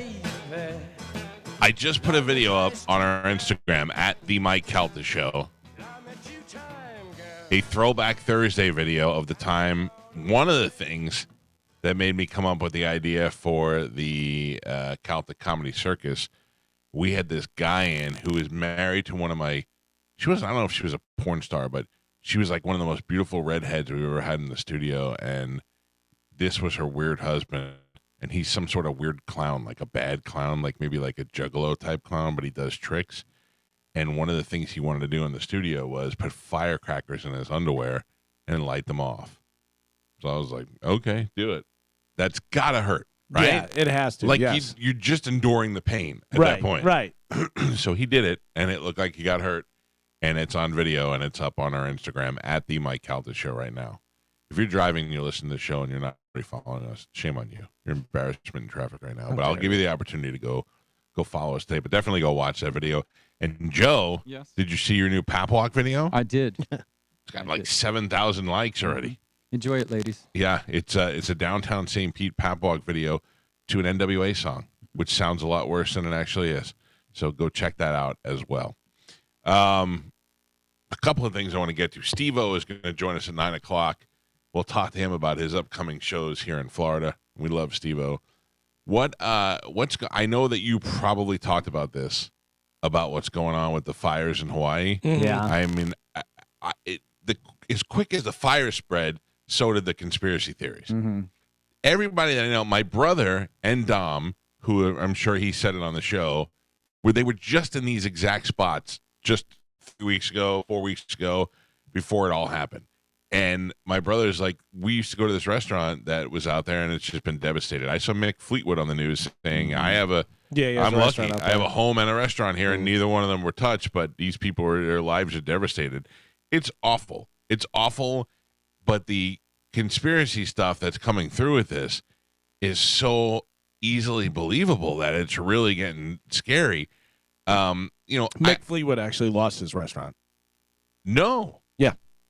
Well, then, I mean, the thing I saw was before that then, because Mick Fleetwood was like, I'm very lucky. I think that was early on. Yeah, man, he must have lost it. Mick Fleetwood awful. on losing his restaurant in Hawaii wildfire. Yeah, he says about it, and it shows it all burned out and stuff. Wow, that was damn. So what I saw, it must have been before that. Fleetwood's is his restaurant. And anyway, the theory that I'm hearing now is because people are trying to buy up that land, they're making cash offers now. Those people are kind of scumbaggy. But that was the thing, that they didn't have any opportunity to buy that land, and now they engineered the. I was gonna say, did you see all the houses that were not touched by the fires? Well, less than like 100 yards away so I asked my brother. from all the local land. I was like, "What? How did this go so fast?" And I guess that Hawaii is one of the windiest areas because the wind could just blow through there, and plus there was that hurricane out there that generated those winds, so that's believable. That the fire spread fast. Where it burning down concrete buildings and all that, but some trees still standing was a little bit weird. I don't understand that. I'm sure there's a reason for it. Carmen was pointing out a thing the other day that the cars were melted and then the road was fine. Right. Yeah. Like something was, I don't know, like if like the car was blocking something from burning the road that was coming from the sky, maybe. I don't know. It's crazy. I don't know either, but it is hard to know what the truth is. Sometimes there are things, I got to tell you, I want to be suckered into a good conspiracy theory, but sometimes there's very easy scientific explanations for things. Oh, well, the road's made out of this and it doesn't burn like the rubber on the tires do. Can you explain the scientific reasoning behind all the local land getting burnt, but all the Hollywood celebrities like Oprah, Bill Gates, Will Smith, Lady Gaga, all their houses are still standing completely fine, untouched? No, there's no way. Boy, I mean, look, but here's the thing, Carmen. In my neighborhood in Staten Island, there was where we lived and where the rich people lived, and they lived up on a mountain on top of us, and there was no way that the whole island below it could have been devastated and they would have been fine. It's just geographically where they are. But that's not what the picture shows. Oh, the picture shows less than 100 yards away. It seems like it's weird. The weirdest video I've seen is supposedly the video of almost looking like lightning, like a laser thing space shot laser, from the sky. Energy weapon. I mean, HARP is the... It looks like the Death Star. I know, but who knows if that's even real video or not? Oh, well, I don't know if it's real video, but Donald Rumsfeld in the 80s said that we've had energy weapons, for a long time. Oh, I remember arguing with my parents in the 80s about whether or not we can make it rain. Yeah. I'm like, of course we can make it rain. It's just simply seeding a cloud. This is the one that's like crystal clear. Oh, my God. Yeah. But the only thing is, Gio, is that I've seen my daughter make some stuff on the internet that I thought was real. That's the thing. I have a hard time believing anything I see. What about there's a lot of conspiracy theories out there, but they have they have government cameras out there that are taking live video for wildlife and stuff. Are they? Well, they say they are. Yeah. And in some of those videos, you could see the fires that are starting, and it doesn't look like a normal forest fire would start. It's very concentrated, and then it just explodes from there. It's hard to understand what the devastation, why it only hits certain areas, and like you said, Carmen, the different class of housing. Think about that. The sirens never went off. There were early reports that they weren't allowing people to evacuate. So there's just a lot of stuff. And it's crazy. You have the Hawaiian Power Company that they're getting sued because they didn't cut power in time when they knew the winds and all that stuff. But like right here, the space laser photo I just showed you is actually a photo of the rocket taking off from 2018 that they changed. They altered. Yeah. It's hard to... It's also just crazy that this land was trying to be bought for the past, 2-3 years, and the locals refused, and then all of a sudden... Yeah, but Carmen, I got to be honest with you, there's so much land in Hawaii that's the same story. Because there's very little, they're not making any more Hawaiian land. Right. And there's a lot of rich people, and the first thing you want to do is buy a place in Hawaii. So the people who do own the natural land, like there's that movie with George Clooney where him and his family owned that whole valley, and they were holding out to sell it as long as they could, and then eventually they had to get to the point where the whole family had agreed to sell it. Just the timing seems a little very suspicious. Like, this picture specifically is circulated millions of times, and it's 100% fake. Yeah, right. And so it's like you don't even know. Like I said, I don't know what to believe. I don't know if it's true. What's can't fake, believe videos. Can't believe pictures. No. Can't believe anything anymore. And Snopes does a great job of trying to. But I don't even know if they're credible. Exactly, they're not.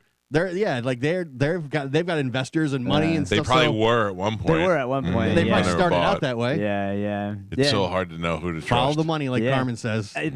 There's even reports that there's a media free zone. They're not letting in media anywhere, and the local journalists that are there that are reporting still are saying that the reason is because what they're slowly starting to leak out. I guess because there was nobody was at school. A lot of kids were home when a lot of these houses were burned, so it's not looking good out there. But then it's would they potentially kill hundreds of people? Because I think the death toll's up in the 90s, the last time I looked.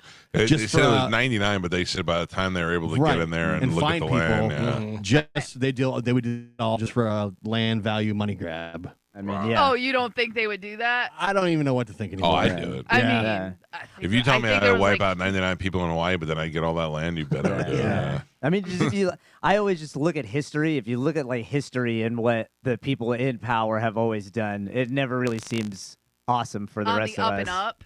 Yeah. That's how they get in power. Yeah. They have to have no conscience and they have to make bold moves. And I'm not saying it's good. I'm just saying that's how they rise above everybody else. The people who have compassion and common sense are usually the people that are stuck in the middle. You know, the lonely loser that's always doing the right thing. I will admit, a lot of the conspiracy theories that I've read from this Maui fire thing, a lot of them are very far-fetched. Yeah. Oprah's There's fault. only I don't believe the space laser thing. I believe that definitely space lasers. I don't know if they started the fire, but it seems very, when you look at like what is burnt at what temperature, it doesn't add up to normal I feel forest like fire. space laser would have shot somewhere else before Hawaii. Like But we'd they be had the reading green about lights. more. They had the space lasers already Yeah. by Hawaii. Those green lights that were making the water boil. No, that's alien. Yeah. And like you already said, they're not making more Hawaii land. I just so feel that's an easy place to test it, because if you do it like someplace in Florida, then you're risking Georgia and all the other states like above us to also catch fire, where Hawaii is just a individual land mass on itself. You know what I mean? So you're not gonna catch any other states on fire. I feel if you had the space laser technology, you'd use it for something much bigger than this. They probably do. They probably do, yeah. Right. This is just a little test. Yeah. I mean, I don't know. What if it was just some idiot that flicked a cigarette out the window? I hope that's what it was, dude. I really hope. All It's these conspiracy, unfortunate. like some guy comes forward and is like, yeah, it was me. Yeah, they have like on Twitter, they have a lot of the guys that are out there reporting, journalists that are reporting that don't work for the Foxes and CNNs and stuff. And even with them, they're like at the very beginning, they were getting reports where they did. I think one of them was saying that they thought they saw kids running from where the fire started, but then that ended up not being true. Yeah, I mean, I don't know, unless it's a deliberate fire set with chemicals and all that stuff, they'll never really find out. Or they may be able to pinpoint where it started, but we've heard the stories like the 15-minute cities. Yeah, like there's a lot of the conspiracy theories I've been reading now saying that they want to build the 15-minute cities out in Maui, and this is a quick, easy way to clear the land and try and start that. That's not a conspiracy theory. That's true. BlackRock, the company BlackRock is one of the biggest investors in those cities and everything electrical, and they're buying up land in almost every state. But now you get to swoop in as the hero and say, "Oh, as we rebuild Maui, we will do it at the 15-minute city," which people would probably been against before. But now, I mean, you have to rebuild. Yeah. So what's the best way? Oh, we can do it. We're the heroes. Right. We're here to put it in for you. Because a lot of the people don't have enough money to rebuild themselves. You can't not rebuild. Yeah. I've never been to Hawaii, and I just feel like now it's burnt. Yeah. I feel like I don't get to go. It won't be for long. Well, A lot there's of other islands. islands. Yeah, that's a big island. What's it? Honolulu. I thought that's the major island, isn't it? Where the biggest population. I don't know. Everybody always tells me the people that go there love it, and then the other people are like, "Yeah, you know how much crime there is in here? It's terrible." And I'm like, Well, isn't like meth? Dog the Bounty Hunter was there. Yeah, they call it ice. Oh yeah. Hawaiian Thanks, ice. Calvin. Yeah. So, I mean, the Hawaii thing is crazy, but then you have like malaria and dengue fever here in Florida with the mosquitoes that are genetically modified from mosquitoes Bill Gates. giving everybody. Why Bill Gates? Don't blame Bill Gates. It's He's his the one company. who's I just got bit by a bunch of mosquitoes the other day. Oh, you got malaria, Yeah, leprosy, and- polio. Yeah. I don't feel Well, good. did you see the mosquitoes that are making people allergic to meat? Yeah. I And wish ticks. I would love to have that happen. Wait, what do you mean? A mosquito is allergic to meat so that they won't? So No, it alters your like DNA basically, and it changes, and so then like you can't handle meat. Oh, You can't make- handle the meat. You Yeah. can't digest it Yeah. anymore. That sounds like an Arby's commercial. You can't handle the meat. Yeah. So wait, oh man, so It started with ticks up north. so Bill Gates is genetically modifying mosquitoes to Mosquitoes. bite you so you won't eat meat anymore. Well, Right. This is that's a the long theory. way. Well, that's the theory, but also because think about this, he's buying up a lot of farmlands, and his company is also testing lab-grown meat. Can you He's- imagine if Bill Gates' big plan was to genetically modify mosquitoes to bite you so you wouldn't eat meat anymore, but you'd have to bite his cucumbers. I Like, love we that just you eat his think this vegetables. is so far-fetched. I do. But I mean, it's been proven. I believe there's an ounce of truth to everything, but I believe that that theory, and also I don't know Bill Gates from Adam. I don't know anything about him, but he's a terrible person. I find it so hard to believe he's this terrible.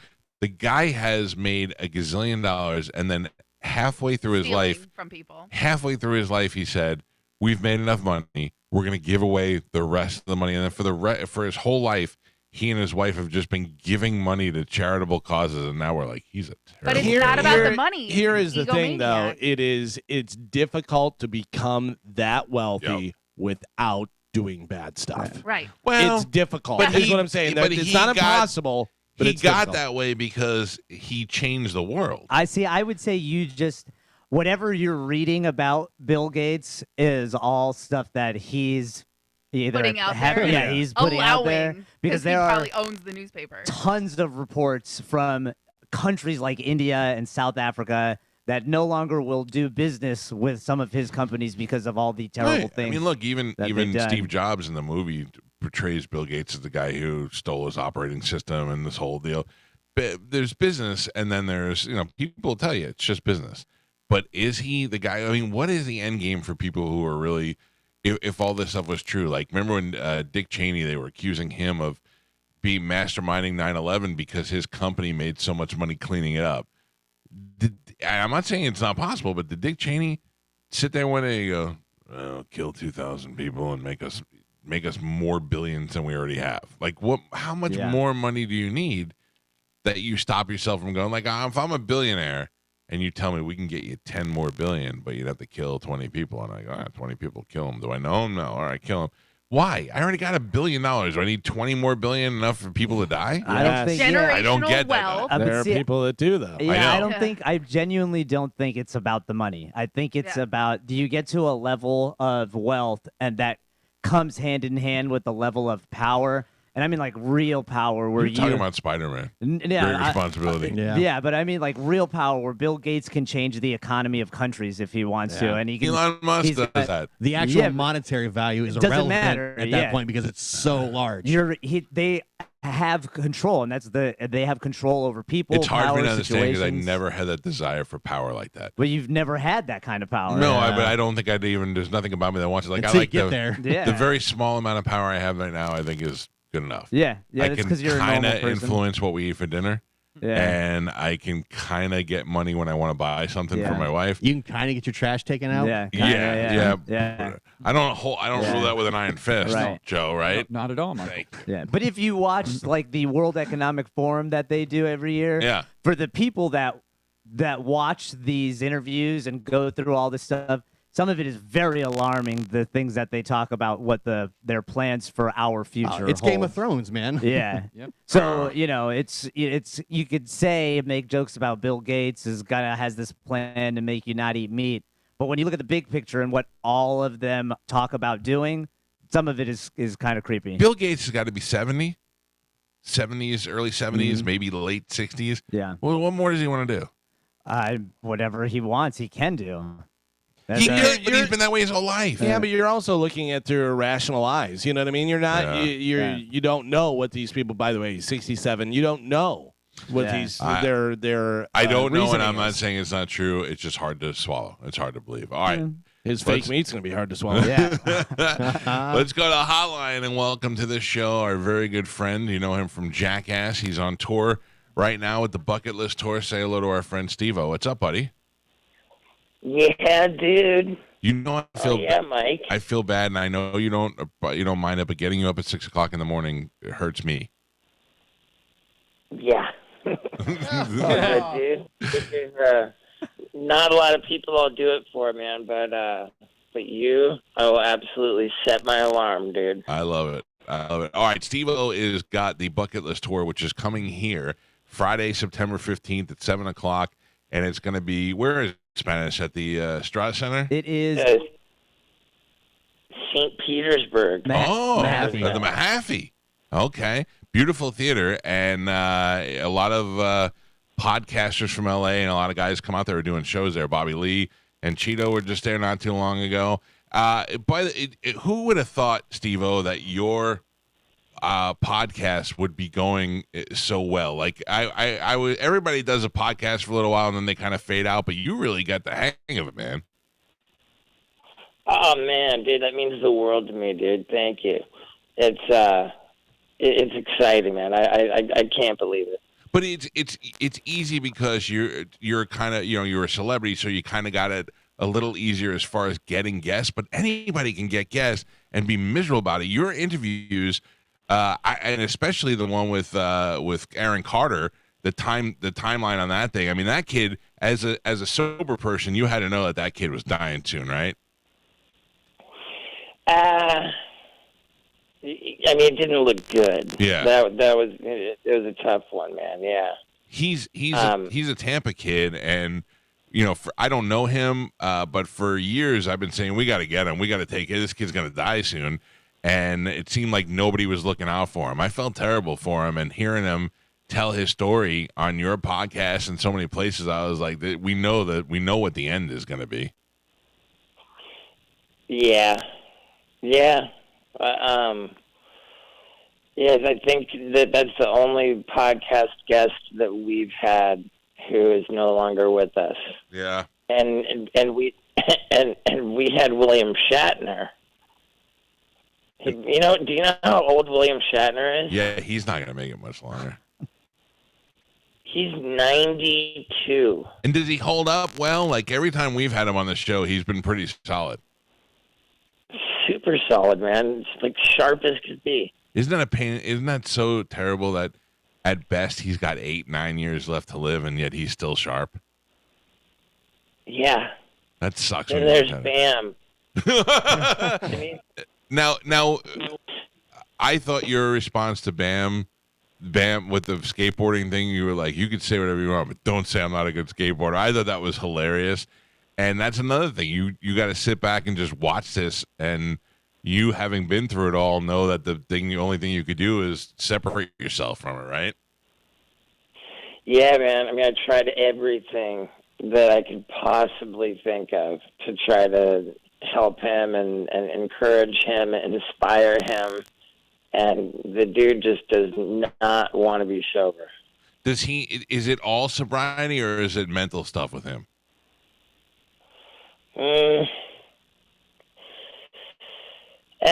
I mean, I'm no doctor. You say you're not a doctor. Yeah, I'm no doctor, but I feel like just about anybody could get sober if they could be honest and really want it. I mean, that first step, though, to admit that you want to be sober is probably the hardest part. Yeah, and it's just crazy. But when you say Aaron Carter, like I don't know. I just see some parallels there. Yeah, that's what made me think of it. Do you guys talk about it? You and the rest of the gang, like, have meetings about Bam or at some point? We don't have meetings or anything, at this point. Like, it's just like, wow, again, this, like, there'll be like some text back and forth that there's like a new TMZ article, someone will text it, and then it'll just be like the response is just like, wow, It's got to be hard. It's got to be hard. I mean, it's a guy you love, and it's a guy you've known for a long time, and to just see it and be useless, not being able to help out, has got to be the most difficult part. 100%, man, 100%. And it's just crazy too because everybody loves a comeback story. Yeah, he could be killing so much, man. He would do so well if he could just, Yeah. But I used to watch Viva La Bam when my wife was pregnant, and it was my first child, and I thought, this is the relationship with my son that I want, the Phil Bam relationship. Now, granted, I don't want him smacking my fat man boobies while I'm sleeping and stuff, but I wanted that because I remember when Phil was had his blood pressure was high, and Bam was really scared that something was going to happen to Phil, and I'm like, that's a father and son that really love each other. That's what I want. So I would think that they're probably hurting the most. I don't want to turn this all into a sad thing. Stevo is coming here to set his nuts on fire. Stevo's got his bucket list tour. Now, I've seen Stevo do stand-up comedy. I've seen him tell stories. He brings along videos. I'm so excited to have you here in the Tampa St. Pete area on the 15th of September at 7 o'clock. Tickets available at Ticketmaster. And what are we doing on the bucket list tour? Like I worry about you too, even though you're sober. You still I worry you're going to hurt yourself. Yeah, I've started to put together like the next tour. This is the last leg of the bucket list tour. This is the victory lap, man. Okay. And so we're putting together the next show, and it's got some heavy stuff, man. Like I've got some work in front of me that's kind of creepy, but I wouldn't worry about it too much.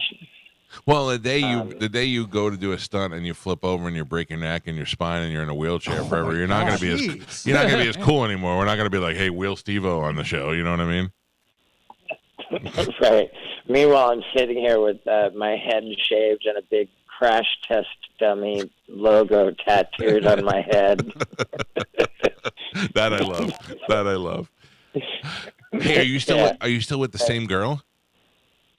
I am, dude. Wow. I am, and I've got big news. We've been talking about we're going to open up an animal sanctuary, and we're waiting to buy a big property, and we're going to get married on the property and start bringing in animals. And we're closing on a big ass property in Tennessee. Oh, good for you, dude. I know Stevo rescued his dog and brought his dog back. We were just talking about this morning. Once you have an animal of your own, you want to save every other animal. I mean, just how much that you and that animal form that bond, whether it be a dog or a cat or whatever. And the fact that you guys are actually doing it, though, that's pretty awesome.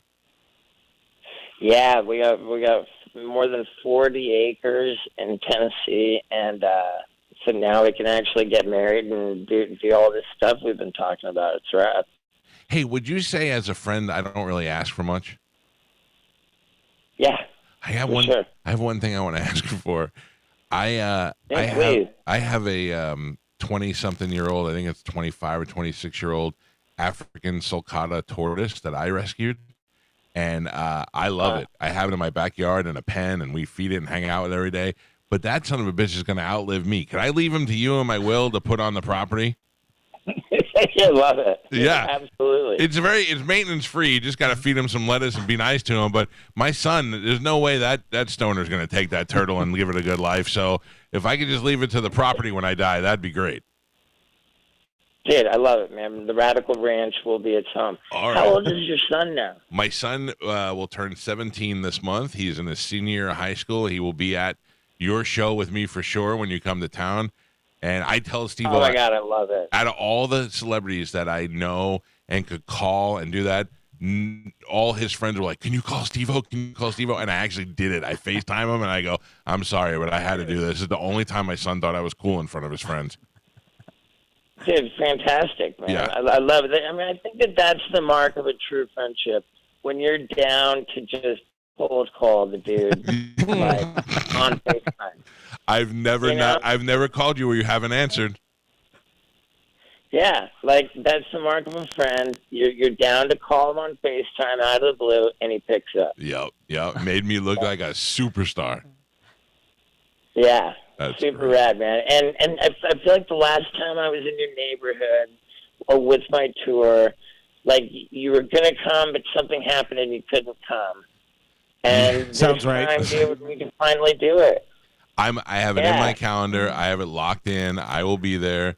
I'm a good friend because I'll even buy my own tickets, and then I will be there. Oh, dude, that I think that's silly. I can definitely put you on the list. But yeah, and for anybody like wanting to get tickets, this is the best show, man. I absolutely stand by this being the best work I've ever done. I'm so stoked, and it's even easier if you just go to stevo.com. Stevo.com. There's a bunch of dates on there. So if you're listening from somewhere out of the Tampa Bay area, there's probably a show coming by near you. And I will genuinely tell you, I've seen him live on stage in stand-up settings, in storytelling settings. I've seen him on video doing stunts. He's one of the most entertaining. He's the Evel Knievel of our day. He's one of the most entertaining, willing to put his body on the line for you guys you'll ever meet. And the bucket list is outrageous, and it would be absolutely illegal to bring somebody under 18. So you will be breaking the law by bringing a 17-year-old. I would think that I've done a lot of things against the law with my son since he's been alive. I just bought him a Seth Rogen bong. Have you seen those things? Yeah. Yeah. Oh, wow. Yeah, I'm a good father. A Seth Rogen bong. What does that look like? It looked like something that was in Doc Brown's lab when they invented the time machine. Fantastic.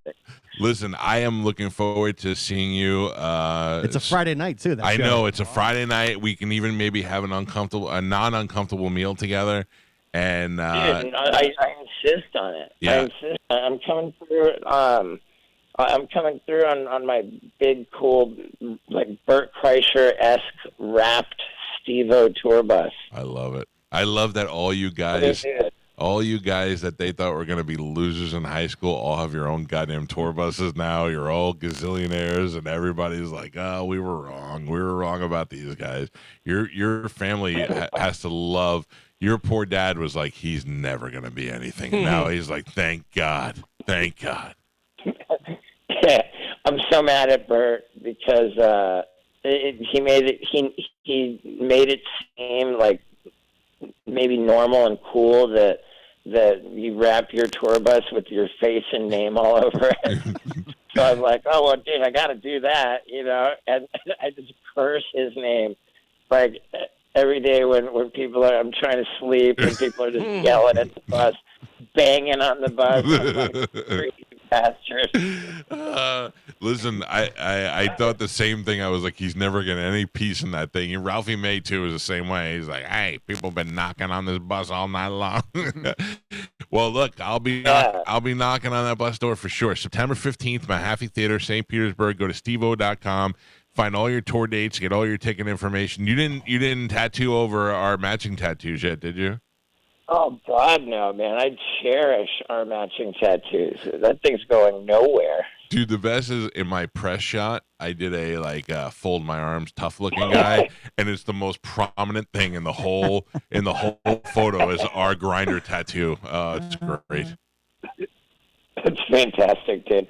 Man, dude, I love how you continue to thrive in radio, man. We had that conversation. I was like, how does this even work, man? Like, everybody's got a podcast. You got satellite radio. Like, the media is so fragmented. Like, how do you even still have a job? Like, how's radio alive? And I didn't put it that way, right.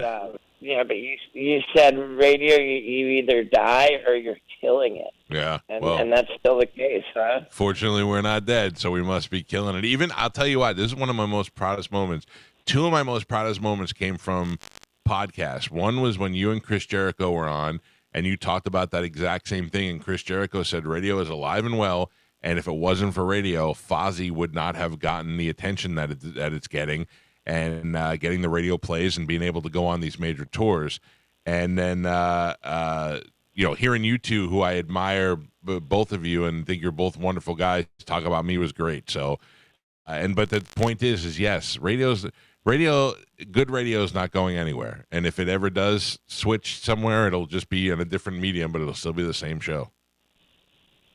Yeah, dude. And you're not like relying on music so much. Like, it's so crazy. At a certain point, going to the radio, you'd be like, oh yeah, well, hey, I'm here in town. I'm going to do this. And then they tell you, well, that was great, man. Thanks so much. You're out of here. We got to play music or we're fired. No, see, so can I just tell you, and I will give the credit to Howard Stern, who is the greatest to ever do it, but you are not going to get the great stuff out of a guest in the first 5 minutes. You got to warm them up. Like, I had Dane Cook on a couple of months ago, And I talked to Dane Cook for 12 minutes. And then finally, once he got comfortable, I was like, Dane, what's going on with your face, dude? What are you doing to your face? But you got to get somebody comfortable before you start asking them about what they're injecting in their face. Wow. That's great. He's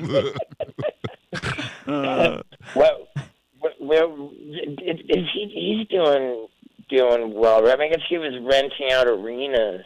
Oh yeah, he's not hurt by himself. Like he was putting down his own money, renting out arenas, killing it, making like $1 million a night. And now he's, I think, just doing big theaters. Yeah. Yeah. I mean, look, guys are going to have their run, and then they're either going to come back or they're going to be like, look, I'm taking my money and I'm enjoying the rest of my life. So he's in great shape. His face. Dude, I love Dane. Yeah. I mean, I'm just saying, his face looked like somebody got lost with the Play-Doh machine. But either way, he's still got a young, hot girlfriend and a ton of money. So it all worked out for him. Yeah, dude, you're the best. Listen, I insist on getting together. We usually would say to have an uncomfortable meal with your son too. yeah, dude. So if you come, do you know offhand where you're going to be before Tampa? I do, man. I go Melbourne, Florida on the 14th, St. Petersburg on the 15th. Pensacola on the 16th, and then the last show of the bucket list tour ever, Gainesville on the 17th. Oh, dude, that'll be huge up there in Gainesville.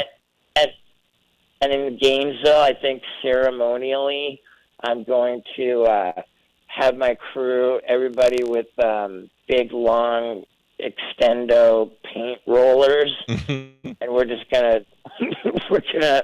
dunk our paint rollers in black paint and roll over all that obnoxious art on the tour bus and just paint it solid black. Sure, nobody will realize a house-painted bus rolling down the street is still you. Yeah, I mean it'll be better, man. I'll get a little more sleep. Dude, in Gainesville, you should just get a bunch of rollers and let all the fraternity guys paint it for you. Sounds dangerous, but sure.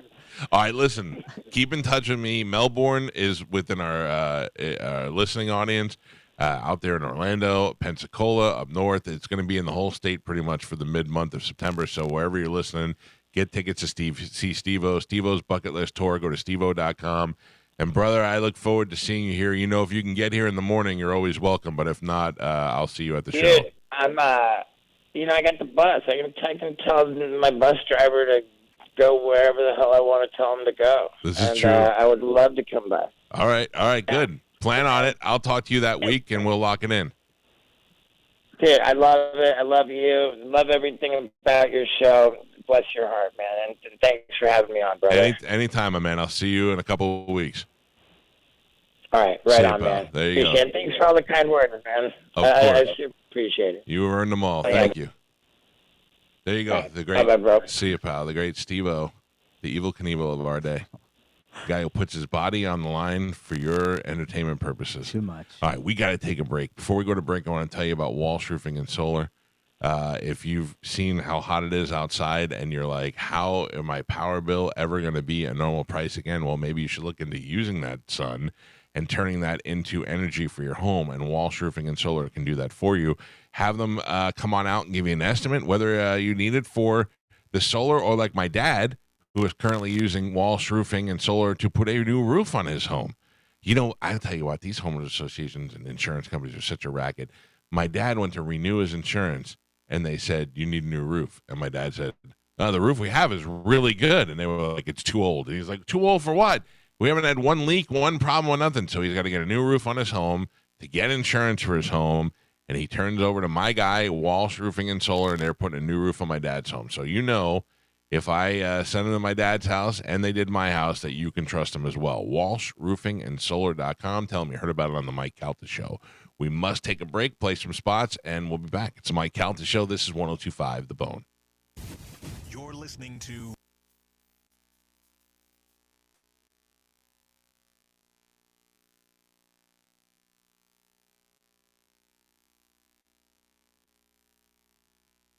back to Real Raw Radio, sponsored by Anajar and Levine, Accident Attorneys. Call 1-800-747-FREE. That's 1-800-747-3733. We now return to the Mike Calta Show. Mike Calta Show. The Mike Calta Show on 102.5 The Bone.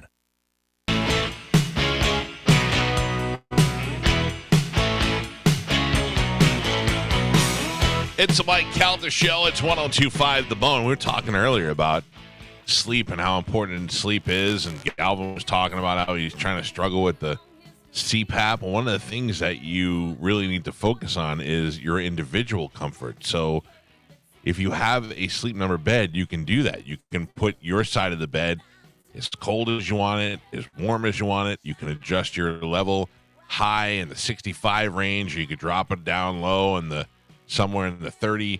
I like to keep it when I sleep. I like it nice and soft, but when I'm watching TV, I like it nice and firm. So the Sleep Number allows you to do that. You want to have that great night's sleep so that you can wake up and be your best the next day. Sleep next level. Unlock your unique potential with a smart bed that could perform as well as you. And now don't miss Sleep Number's biggest sale of the year, where all the beds are on sale. All of them. Save 50% off on the Sleep Number Limited Edition Smart Bed, plus free home delivery when you add a base. It ends Monday, the 21st. It's only available at Sleep Number stores, which you could find simply by going to sleepnumber.com and then get in any of the stores in the Tampa Bay area, like the one in Tampa, West Shore Boulevard, the corner of West Shore and Spruce, or St. Pete, 66th Street, next to Baycare Healthcare Clinic. Go in there, tell them you heard me talking about it. You want to try the bed out, lay on it, find the one you like, and before you know it, you're getting great sleep from Sleep Number.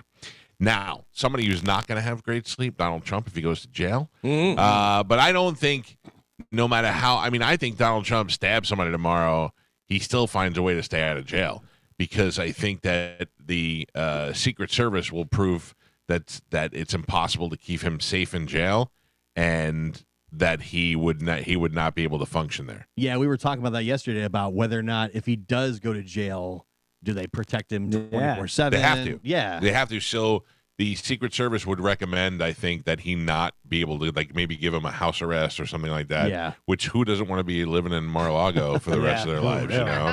That's the thing. Does Like, he get even to pick which house? I don't know, but you look at Jordan Belfort in Wolf of Wall Street, and he was on house arrest, and he had to stay in that giant mansion. He sat out by the pool. He couldn't drink or anything.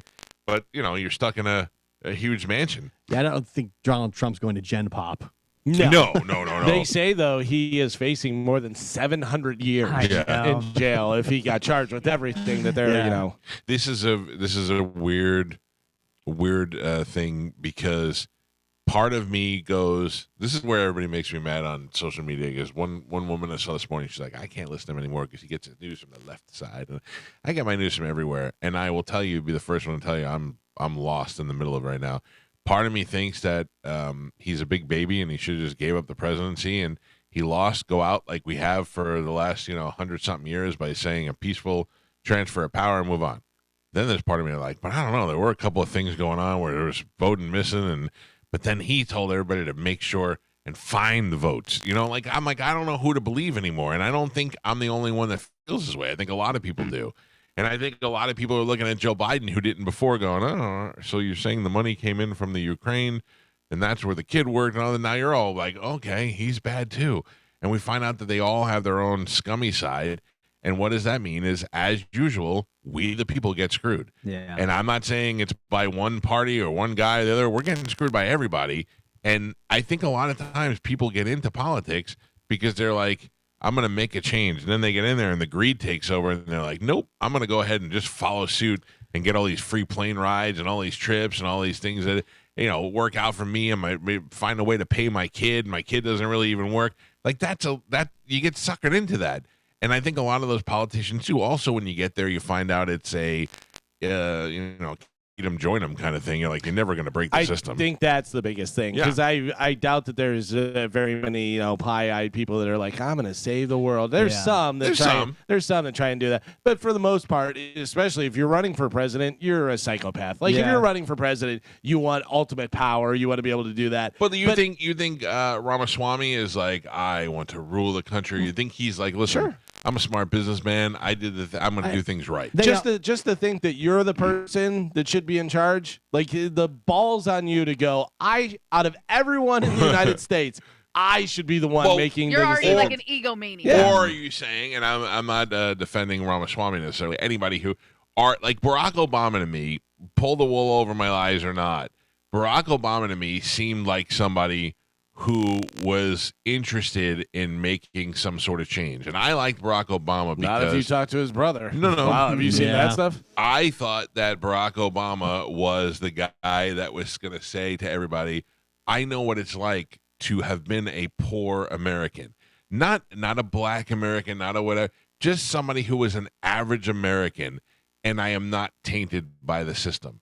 I'm not saying that was right. That's how I felt at the time. I was like, here's a guy that I think is smart, I think is normal. Well, the charisma is what that definitely got charmed. Everybody definitely got charmed because the guy's, he was the first person that I could recall that had that much charisma. Well, Bill Clinton had a lot of charisma. Yeah, but Bill just Clinton like, went from the governor of Arkansas to the president. Yeah, but phenomenal speaker that just wins people over instantly. The thing that you said, you can't beat them, join them. I think a lot of people get into that because even if you go in and you think that I'm going to help out, I'm going to do the best that I can and change stuff, you're going to meet more people. You're going to meet at least 10 people in the first week that go, oh, yeah, I had that same attitude. Yeah. But that's never going to happen. But you know what you can do? You can get your kid into this and you can get this money for doing this. And everybody does it. Everybody does it. You're not going to get in trouble. So. No, and that's the one. You brought up a good thing, Galvin, and I know you're referring to probably Biden's kid, but I'm a pretty straight-laced guy. But if you tell me I can do something for my kid, I will bend. I will bend. I will do something. Because when you're a good parent, you want to do whatever you can for your children. You want them to get everything to make them happy. You love seeing them happy. And especially if you feel like your son might be kind of a loser, like Biden did, like, he's got a drug problem. They're like, hey, let's help him out whatever way we can, even if we have to break a couple of rules. And then when the kid starts coming back with some money going, hey, I figured something out over here, you're like, all right, he did something. By the way, money that's why we're not that mad at Becky from Full House for doing, was it Becky? Was that her name? For getting her kid into the school and doing that stuff. It's like, Aunt Becky, you're in a position of power. You have a little bit of clout. You can do that, whatever. Yeah, other people are getting screwed. But guess what? Other people are getting screwed all the time. Yeah. And people are doing this all the time. It's your turn. That was the big appeal for a lot of people for Trump was that, like, he was somebody that wasn't a politician and he didn't need your money. Didn't need the money, he was not easily motivated by other people's money. I will say about Trump said he was going to clean the swamp and all that stuff, drain the swamp. He did expose a lot of things that we've always just kind of assumed was happening. He did. Look, he didn't. He proved somewhat that he was even part of it. You know what I mean? But in some ways, he came out and I mean, you never heard politicians talk to each other the way he talked from right out of the gate. True, but like, did anything really change? I feel like we're still right back where we started. I know, but wait, listen, the system is still in place, but people's eyes are open now. People are anything they suspected before. A lot of the people are going, well, I mean, Trump proved that it was true. Yeah, you know what I mean. They hear, the bureaucracy of things, the fact that there's one person helping the other person, that person scratching the other person's back. Trump did prove that a lot of that was true. Now, it doesn't make him a better person, but he did get in there and he did shake things up, and they immediately rejected him. They were like, this guy's effing up everything we've been pulling over everybody's eyes all these years. Yeah. I don't know. Look, can we elect a guy who's been indicted 4-6 times or whatever before the election? I don't know, although every time they do, it makes his numbers go up. I know Fulton County, they're saying that this time they're going to treat him like anybody else that's been charged with a crime. Mugshots. They're going to put cameras in the courtrooms. Like, they're wanting it all out there to try and humiliate him. Eating it alive, though. Yeah. He's eating it up, and he's like, all right, I got you. I mean, that's going to, you want to talk about big talk for a corrupt system already. You know what I mean? You want to talk about breaking the internet. Donald Trump's mugshot will be the most viewed thing ever in the history of the internet. But who doesn't want to see Donald Trump on the stand? Will we get the Donald Trump? Mugshot, or is he going to be angry? Is he going to smiling? Stoic. I think he's going to do the. I think he's going to be very stoic, and he's going to look straight ahead. And by the way, I want to go back before I get beat up on social media. I said, who doesn't want to see Donald Trump on the stand? I mean, for entertainment value. Yeah. Not to be brought up on charges, but who doesn't want to see him tell Just the the judge to optics shut of it. up? Yeah. But I mean, just hear him just being like, I refuse to answer. You're a liar. That kind of stuff. Yeah. It's wild, man. Who is the next president of the United States? I say to you, Gio. Michelle Obama. Pap. Donald Trump. Spanish. I'm going Ramaswamy. The big salami. Not who you That's want. what Who do you think? I think he's gonna get the nod from the GOP and he's gonna go forward. Got a Carmen? hell of a hole to climb out of. Donald Trump. Galvin? Can I say a not specific person? I'm going to say that the person isn't in the race yet. What? Yeah. Like a Michelle Obama? Yeah. Run in. Ooh. I don't know who that person is. The close runner-up for me is going to Biden again.